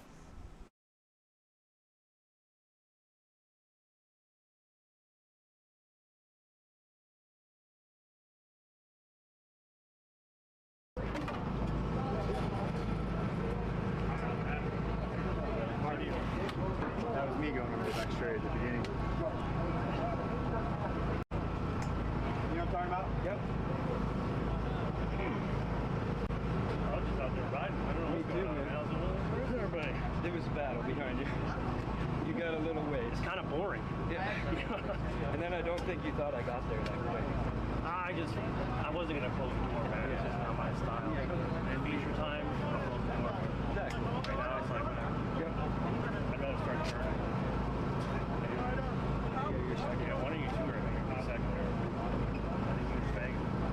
Oh, it was that close, all of them? I don't know, but where was he? I don't know. But I think I won. You did? Yeah. I'm just saying for the feature. Oh. It'll be like one, I'll give you one, then you one, give two on third. Take another break in the action, folks. When we return, it's time to go racing with Heat 3 for Sportsman. Last class that still has yet to decide their final grid for tomorrow. And then after that, straight into the Newcastle Motorsports Park Barbecue Cookout presented by Comet Kart Sales. The Tire Mounting Challenge presented by Vega. And the Briggs Out of the Box Challenge begins. We'll see you on the other side with one more heat race. Cat food marketing. $9.99 a month.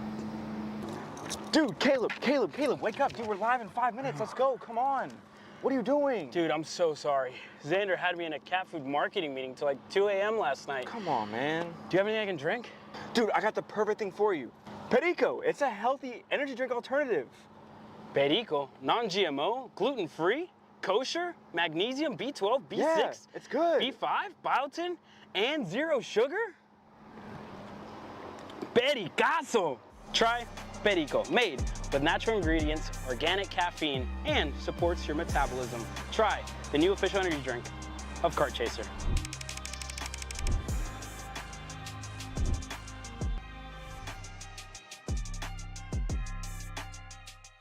Are you stuck with your kart racing?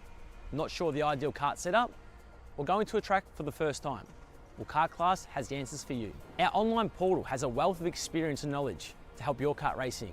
From kart setup advice to track guides that are targeted specifically to your circuit, or the driver coaching aspects with mindset, racecraft and driving techniques. If you want to take your karting to the next level, visit us at kartclass.com.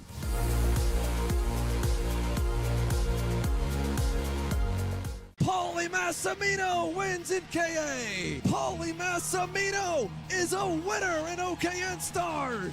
Take your driving to the next level with one-on-one coaching from 2024 OKN Stars champion Paulie Massimino. Kart rental options are available if you'd like to keep yours at home, and drivers in all classes are welcome, from Briggs 206 to Mini to KA100 and X30. With in-depth data analysis, onboard video footage review, and lead follow on-track sessions, each private coaching session will see you end as a more complete driver than when you started. Book your coaching session now.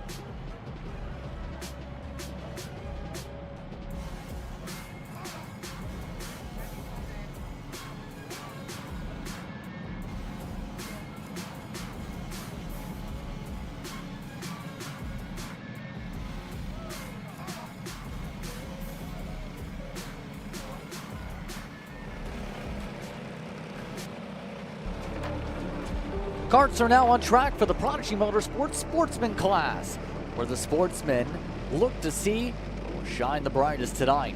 Feinsteiner leads the way. Dominic Gaddis in second. R.J. Brown is in third. And Aston Wyatt, I should say, up in the fourth position. Jerome Wickham in fifth position. Danny O'Dara rounds out the top six. The line of fast drivers continues back on row 4. Keegan Irwin and Hayden Lawson have both shown race-winning speed and leading speed, but they're back on row 4 with Brody McDonald and Clayton Stiles starting right behind them in row number 5. They're in row number 6. Connor Lepka starting alongside Laney Thigpen. Then you have Drew Blem next up with Ryan Hall. Very quiet running there today. Ryder Thompson looking to skyline up forward with Harrison Bell from row number 8. Row 9, Dean Saunders and Hendrick McKay. Rounding out the top 20, Thixton and Willie. Arlo Barr and Lincoln DeCosta roll from row 11. Kai Albalera and Rhett Johnson on row 12. Braden Craker and Kason Hendrickson back on row 13. Harrison Burklow, Logan McCloskey, Logan Pollock, Kyle Cameron, Jacob Gibbons, Cadel McLean, Mikey Todd in the CRG got spun around midway through the second heat. Cole Decker, Parker Firestein, Oliver Shahan, and Daniel Dragunov from 37, Tanner Barsh at 38. Two of the fastest drivers ready to try and work their way up the board. Here we go, Feistinger on the inside, Gaddis on the outside, green flag for the final heat race of Grand Nationals 9.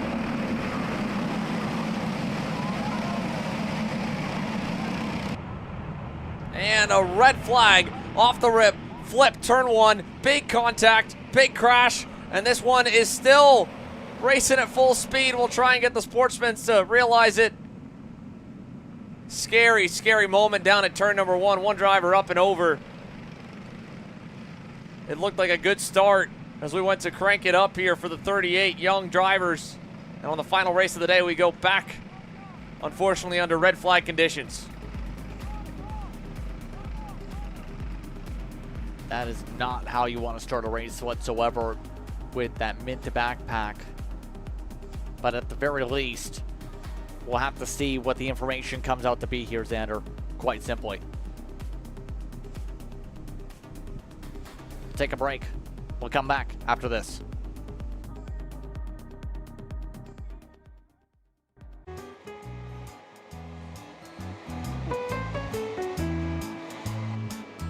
Gee, looks like we're missing the engine. What the hell am I supposed to tag? What do you mean? It's my Greyhound. It's all I need. Where's the rest of it? It doesn't matter. It's a Greyhound. You gotta make way. Okay, you're good. I'm sitting by here with Kyle, our race winner. Tell me how you did it. You were blazing fast out there, and I mean, you don't even have a go-kart, man. Tell me about it. Yeah, you know, Norberg, Schmorberg, the Greyhound-powered Greyhound was great today. You know, it makes the difference. And the team's been working really hard back at the shop, and, you know, just shout out Greyhound. Thank you, Kyle.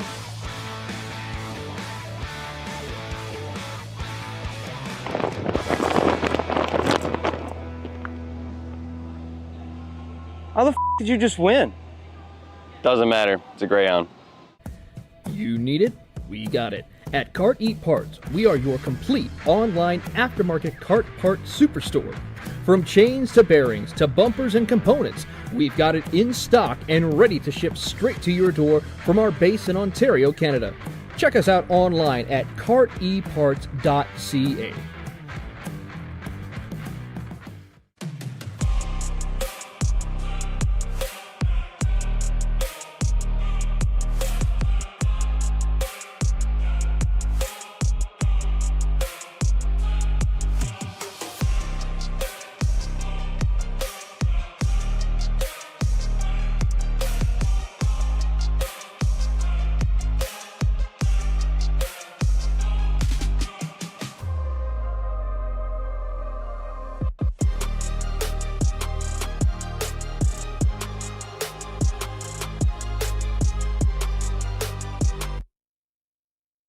You know, I'm really starting to like this go-karting thing. Yeah, me too.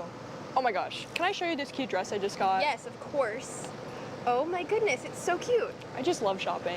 I love shopping too. Oh my gosh. Wait, did you guys say you like shopping? Of course. Well, dude, I have the perfect place to do that at. ShopPayCara.com. At ShopPayCara.com, you can get free shipping on orders $200 or more. You can get anything you want, like MXC rims, gloves, rib vests, shoes, anything that you need, all at ShopPayCara.com.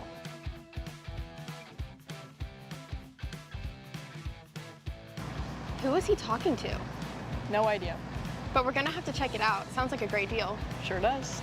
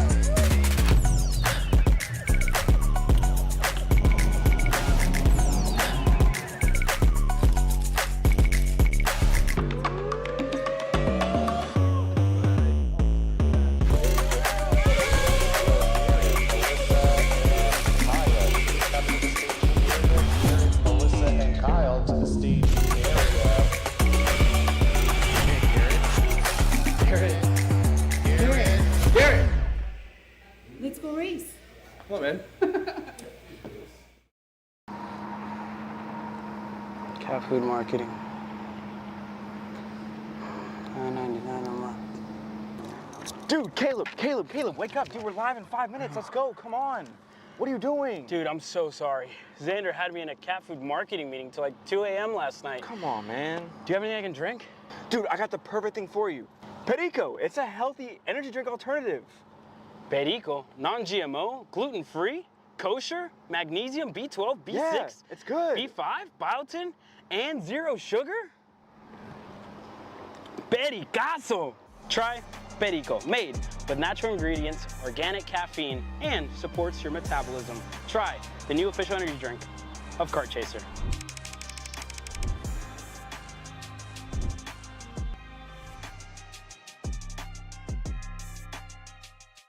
Paulie Massimino wins the Wisconsin Grand Prix. James Overbeck on start number 2 gets win number 1 in OKN Stars. On track or off, Brandon Jarsekrak Racing delivers elite performance. Led by 4-time Pro National Champion Brandon Jarsekrak, our team masters driver coaching, data-driven analysis, and mechanical precision at every national event. Contact us today at BrandonJarskakRacing.com.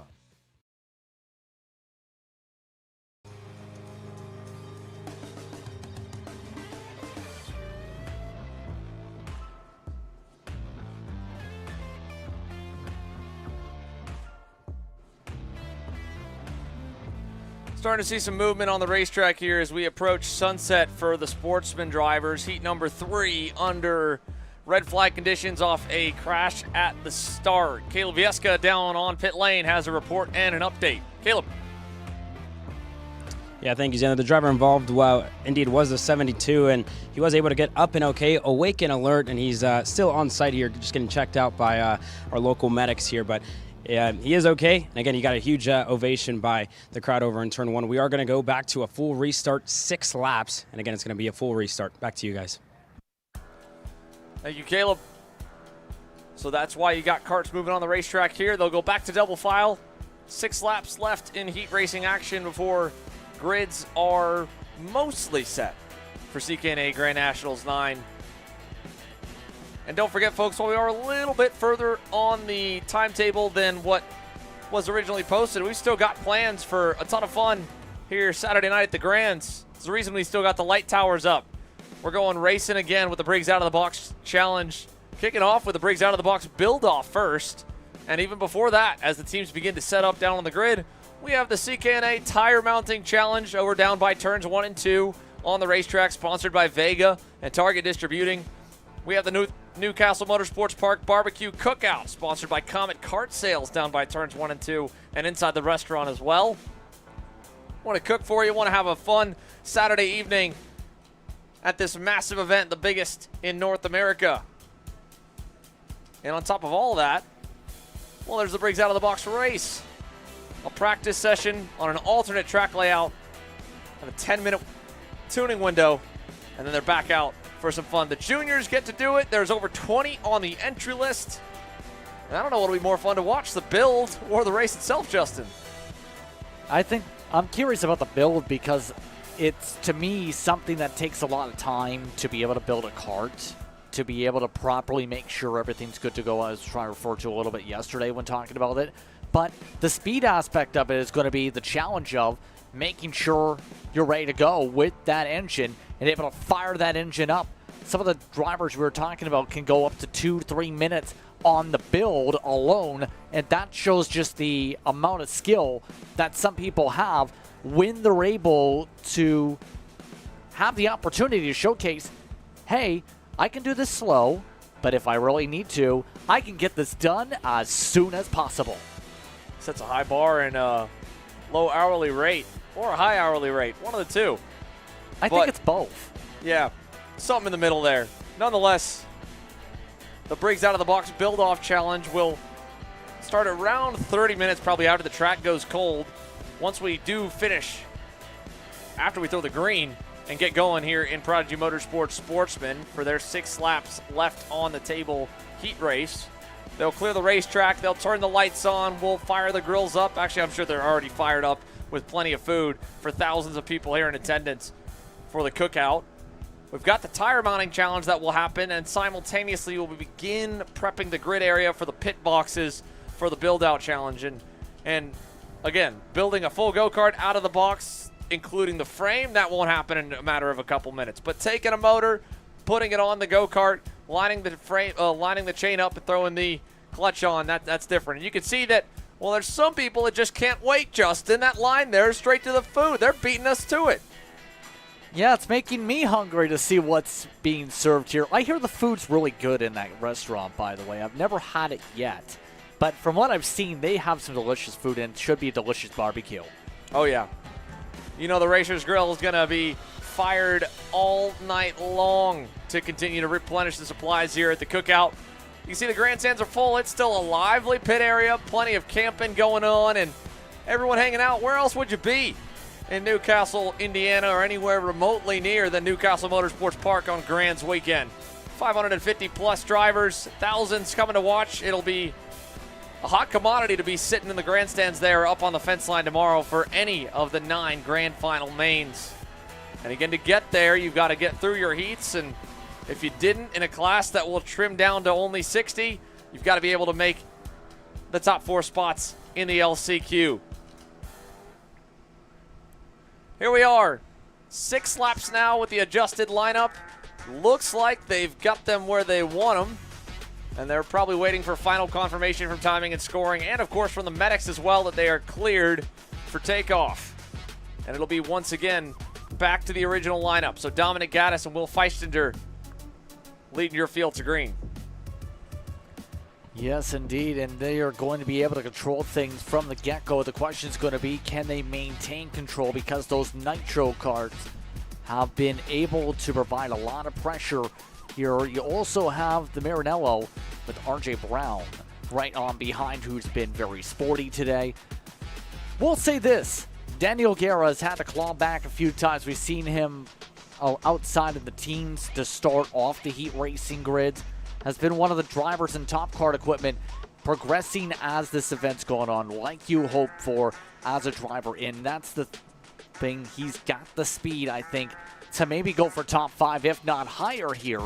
Very much a dark horse pick, you can say, potentially for a podium for this heat.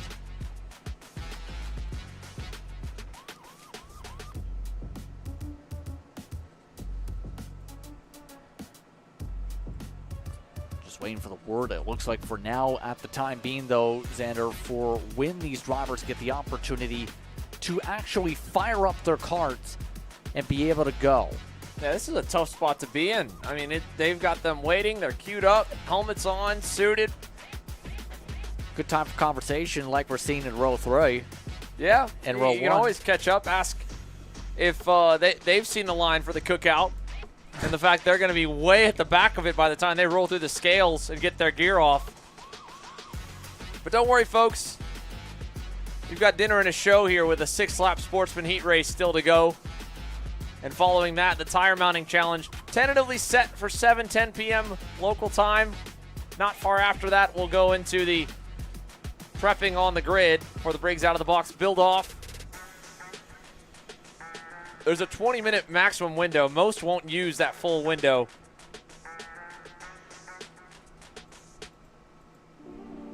That's all dependent on us being able to get these sportsman drivers back underway. Obviously, Kai Abalera, awake, alert, was chatting with the on-site medical team, as reported by Caleb. He was the driver that went up and over at the bottom corner of your screen trying to go green on the first attempt. Yep.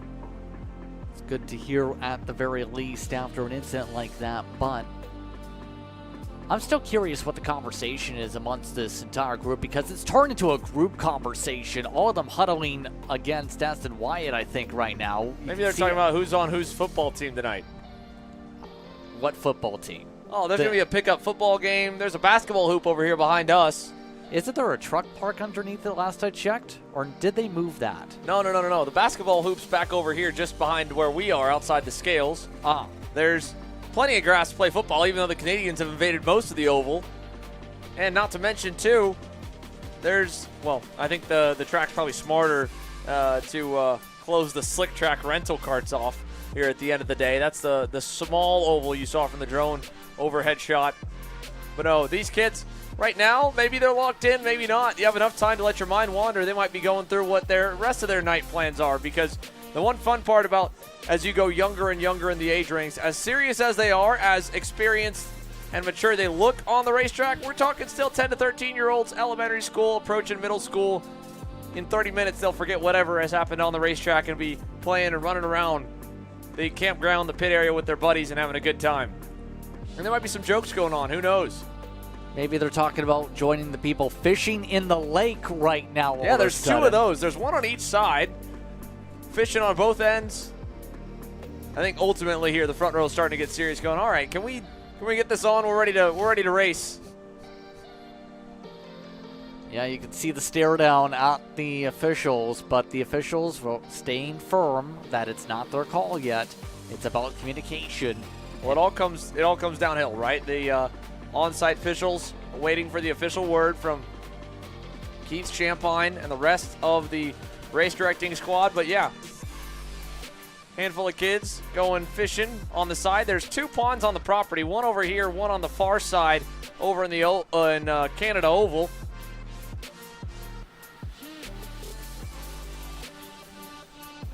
Looks like now they've got the word to be able to fire up their engines at least, and they're already trying to move forward here. So at the least, we're just about ready to go racing. You can see. Now we're back into racer mode. Now we're going to hand signals about, all right, work together, let's go. Danny O'Gara looks like he's chilling there in the top card, having a big stretch. And it's so impressive, right? Again, these 10 to 13-year-olds here in Sportsman, the 8 to 12-year-olds in Cadet, even the kid karts. Once that visor comes down and they're able to lock in, they're back to that fully focused driver mode. And the grudges aren't necessarily held all too much. Nothing like what we've been seeing in some of the adult classes. They could take a page out of some of the kids for sure. Hopefully this start is clean enough to not require any other wave-offs or red flags. We want to finish this day with the regular heats so we can get to the night activities. The cookout, the tire mounting competition. Again, that's an exciting one to watch as well, that we'll be able to showcase how quickly you can mount and dismount by hand 4 tires on and off a set of wheels. I was actually seeing a couple people doing that in the infield where they were taking the rubber, trying to manually hammer it onto the rim, essentially in some parts of the team. So some of the teams have to do it like that manually for their tires, just to make sure they're mounted by themselves. Well, you better not mention whose teams that are, because that's a bit of an emasculating deal. Now, I'll expose myself a little bit here. I also like to use a tire tool sometimes to mount them. Mounting them by hand, it takes a lot of force. It's a lot of angle and finesse, but there's no tools allowed for the tire mounting challenge. Granted, if you got it, it makes the job a whole lot easier to get the tire fully over the wheel, and then they'll pop it with the air pressure to get it fully blown up, seal the beads, and be ready for them to hit the asphalt and hit the green. Here we go. Jason Burgess has the field back underway in Sportsman.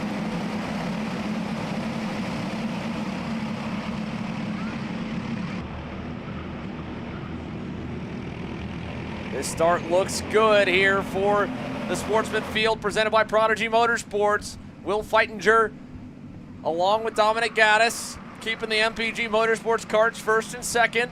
Slow start for them all. RJ Brown on the Maranello there in third and the number 7. And then it's going to be Jerome Wickham. Better start for him in Heat 3 than in Heat 2. Side-by-side action. One driver kind of getting pushed a little bit out. That looked to be Keegan Irwin in the 192. Had a good jump and then has been shuffled back down the order outside the top 5. Danny O'Gara moving forward. Now he's going to go under fire. Aston Wyatt wants that 5th spot from him. That's going to give a gap to Jerome Wickham in 4th. Fasten back into the top 5. And Feitinger and Gaddis still staying in lockstep here. We'll put the first lap of 6 officially in the books, on the board. Will Feitinger in the 210. Dominic Gaddis in the 214. I don't think you'll see any movement yet. They're going to try and lean down this lead group, get away from everybody else. RJ Brown's tagging along for the ride. Jerome Wickham about 6 or 7 tenths back. Is going to need a major second lap here to close that gap, because you just probably won't see a pass out of your top 3. I think we will see one, though, in that second group. They're tightening up quite a bit. Wickham has been tracked down in a matter of corners, and here comes Fast and Wyatt to the inside with help. O'Gara to the inside, trying to follow Hayden Lawson. Big heads-up move into the horseshoe. Lawson able to make it 3 spots lost now for Wickham. Side by side now he goes. Clayton Stiles in the 137. Stiles will lose a couple spots. And here comes Laney Thickben on that Timmy Tech Comcart back there, end of the top 10. That's going to give these 3 an opportunity to get away and lock and load to try and run some quick laps and catch your leading trio of Feitinger, Gaddis, and Brown. 2 laps complete, only 4 will remain when they get back to the stripe. A little bit out of shape there, kind of out of formation for O'Gara and Lawson in the infield, but Danny was able to really roll some good speed here through the shark fin. He'll close back up to Aston Wyatt, and the charge continues. Danny O'Gara has been fighting forward since qualifying. Now he's up there with Aston Wyatt and crew. Let's see if that speed can continue. What's the gap to overcome? About a full second to get to the bumper of RJ Brown. Pass right there, end of the lap. That looked to be around the end of the top 10 or so. Maybe Henrik McKay on Brody McDonald. Yeah, McDonald actually dropped on his way far down to 14th off the rip after looking really good in Heat 2. We'll say this, the Timmy Tech Army is trying to work together a little bit here with some of these battles you see on screen. Now to the inside. Look who's charged ahead. And guess what? It's Dragunov yet again, trying to go from back to front in another race. He has been snake bitten in these races, but Dragunov arguably has a top 5, if not one of the fastest cars on property in Sportsman. He's just had zero luck this weekend. I have no idea how he's done this. Daniel Dragunov from the back of the field in the 151 is now past Keegan Irwin, safely inside the top 10.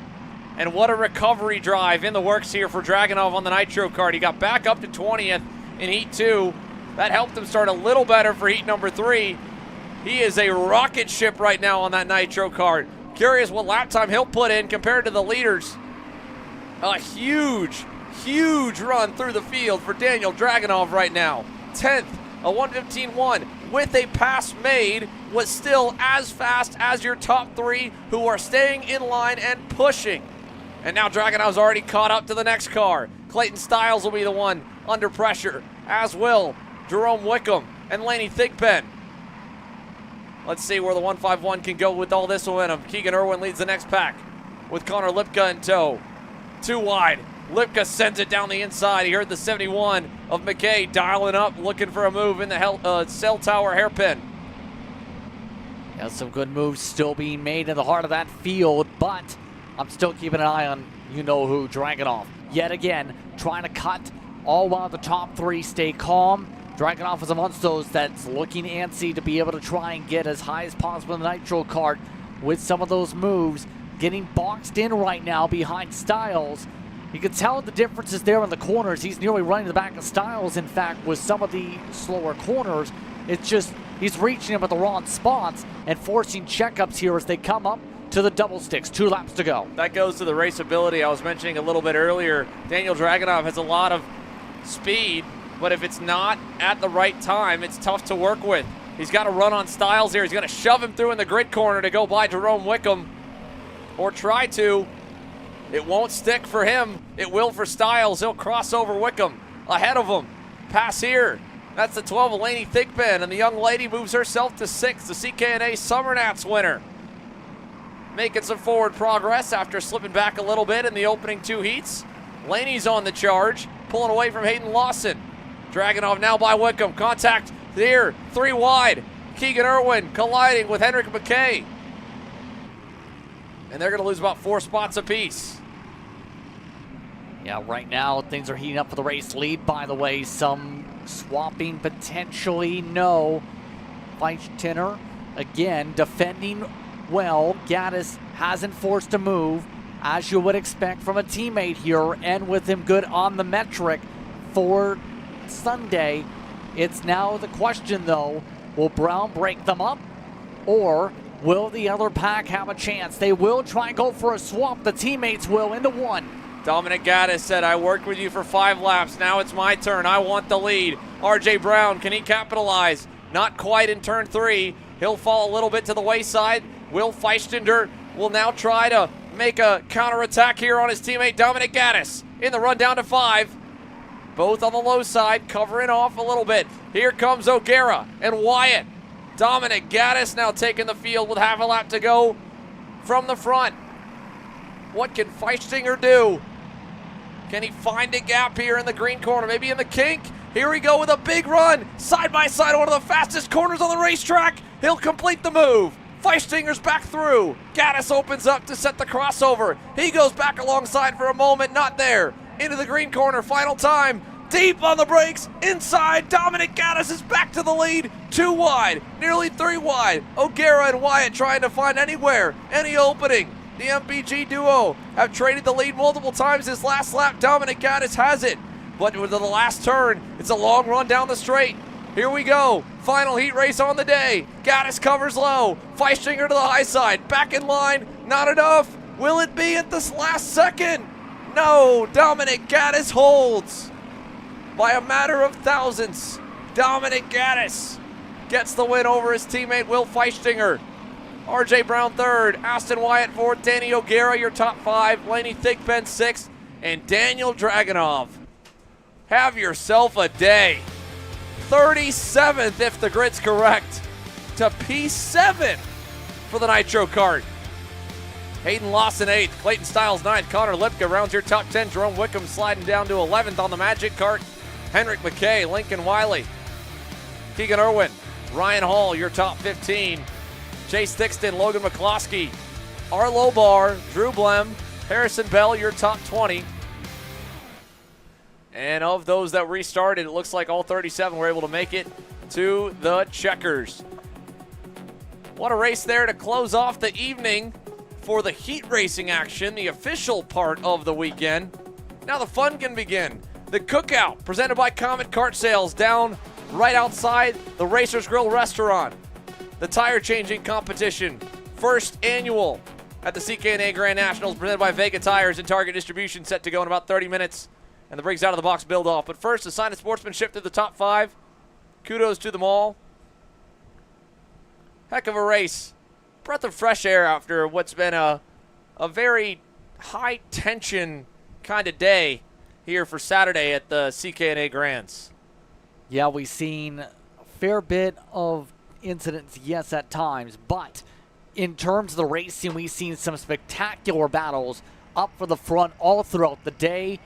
These drivers put on shows and proved they have the speed to battle. It's now going to be the question, though, how will things turn out with the chance to win a grand final on the line, and how much the pressure is going to go that much higher come tomorrow. Indeed. The pressure is only going to build overnight for those that'll have to fight out of the last chance qualifiers in junior, in senior light, and senior medium. They're all going to be about 30 and upwards in terms of the total karts on track. Senior medium could see as high as 50 fighting out of that LCQ. Well, that concludes the regular heat racing coverage here for us. There's a short break in the on-track activity, of course, till the Briggs out of the box practice session begins. That doesn't mean we're turning the cameras off. We're going to keep things going, but switch over to our free coverage of the night activities, the tire mounting challenge, the build-off, and beyond that, of course, the practice and then the race for the Briggs out of the box challenge with junior drivers in the spotlight this year. So you've got your Paracord countdown to green, and that green flag's really on the tire mounting challenge presented by Vega Tires and Target Distribution. We'll take a break here on comms. Hope you've enjoyed everything so far. Hope you'll enjoy the night show as well.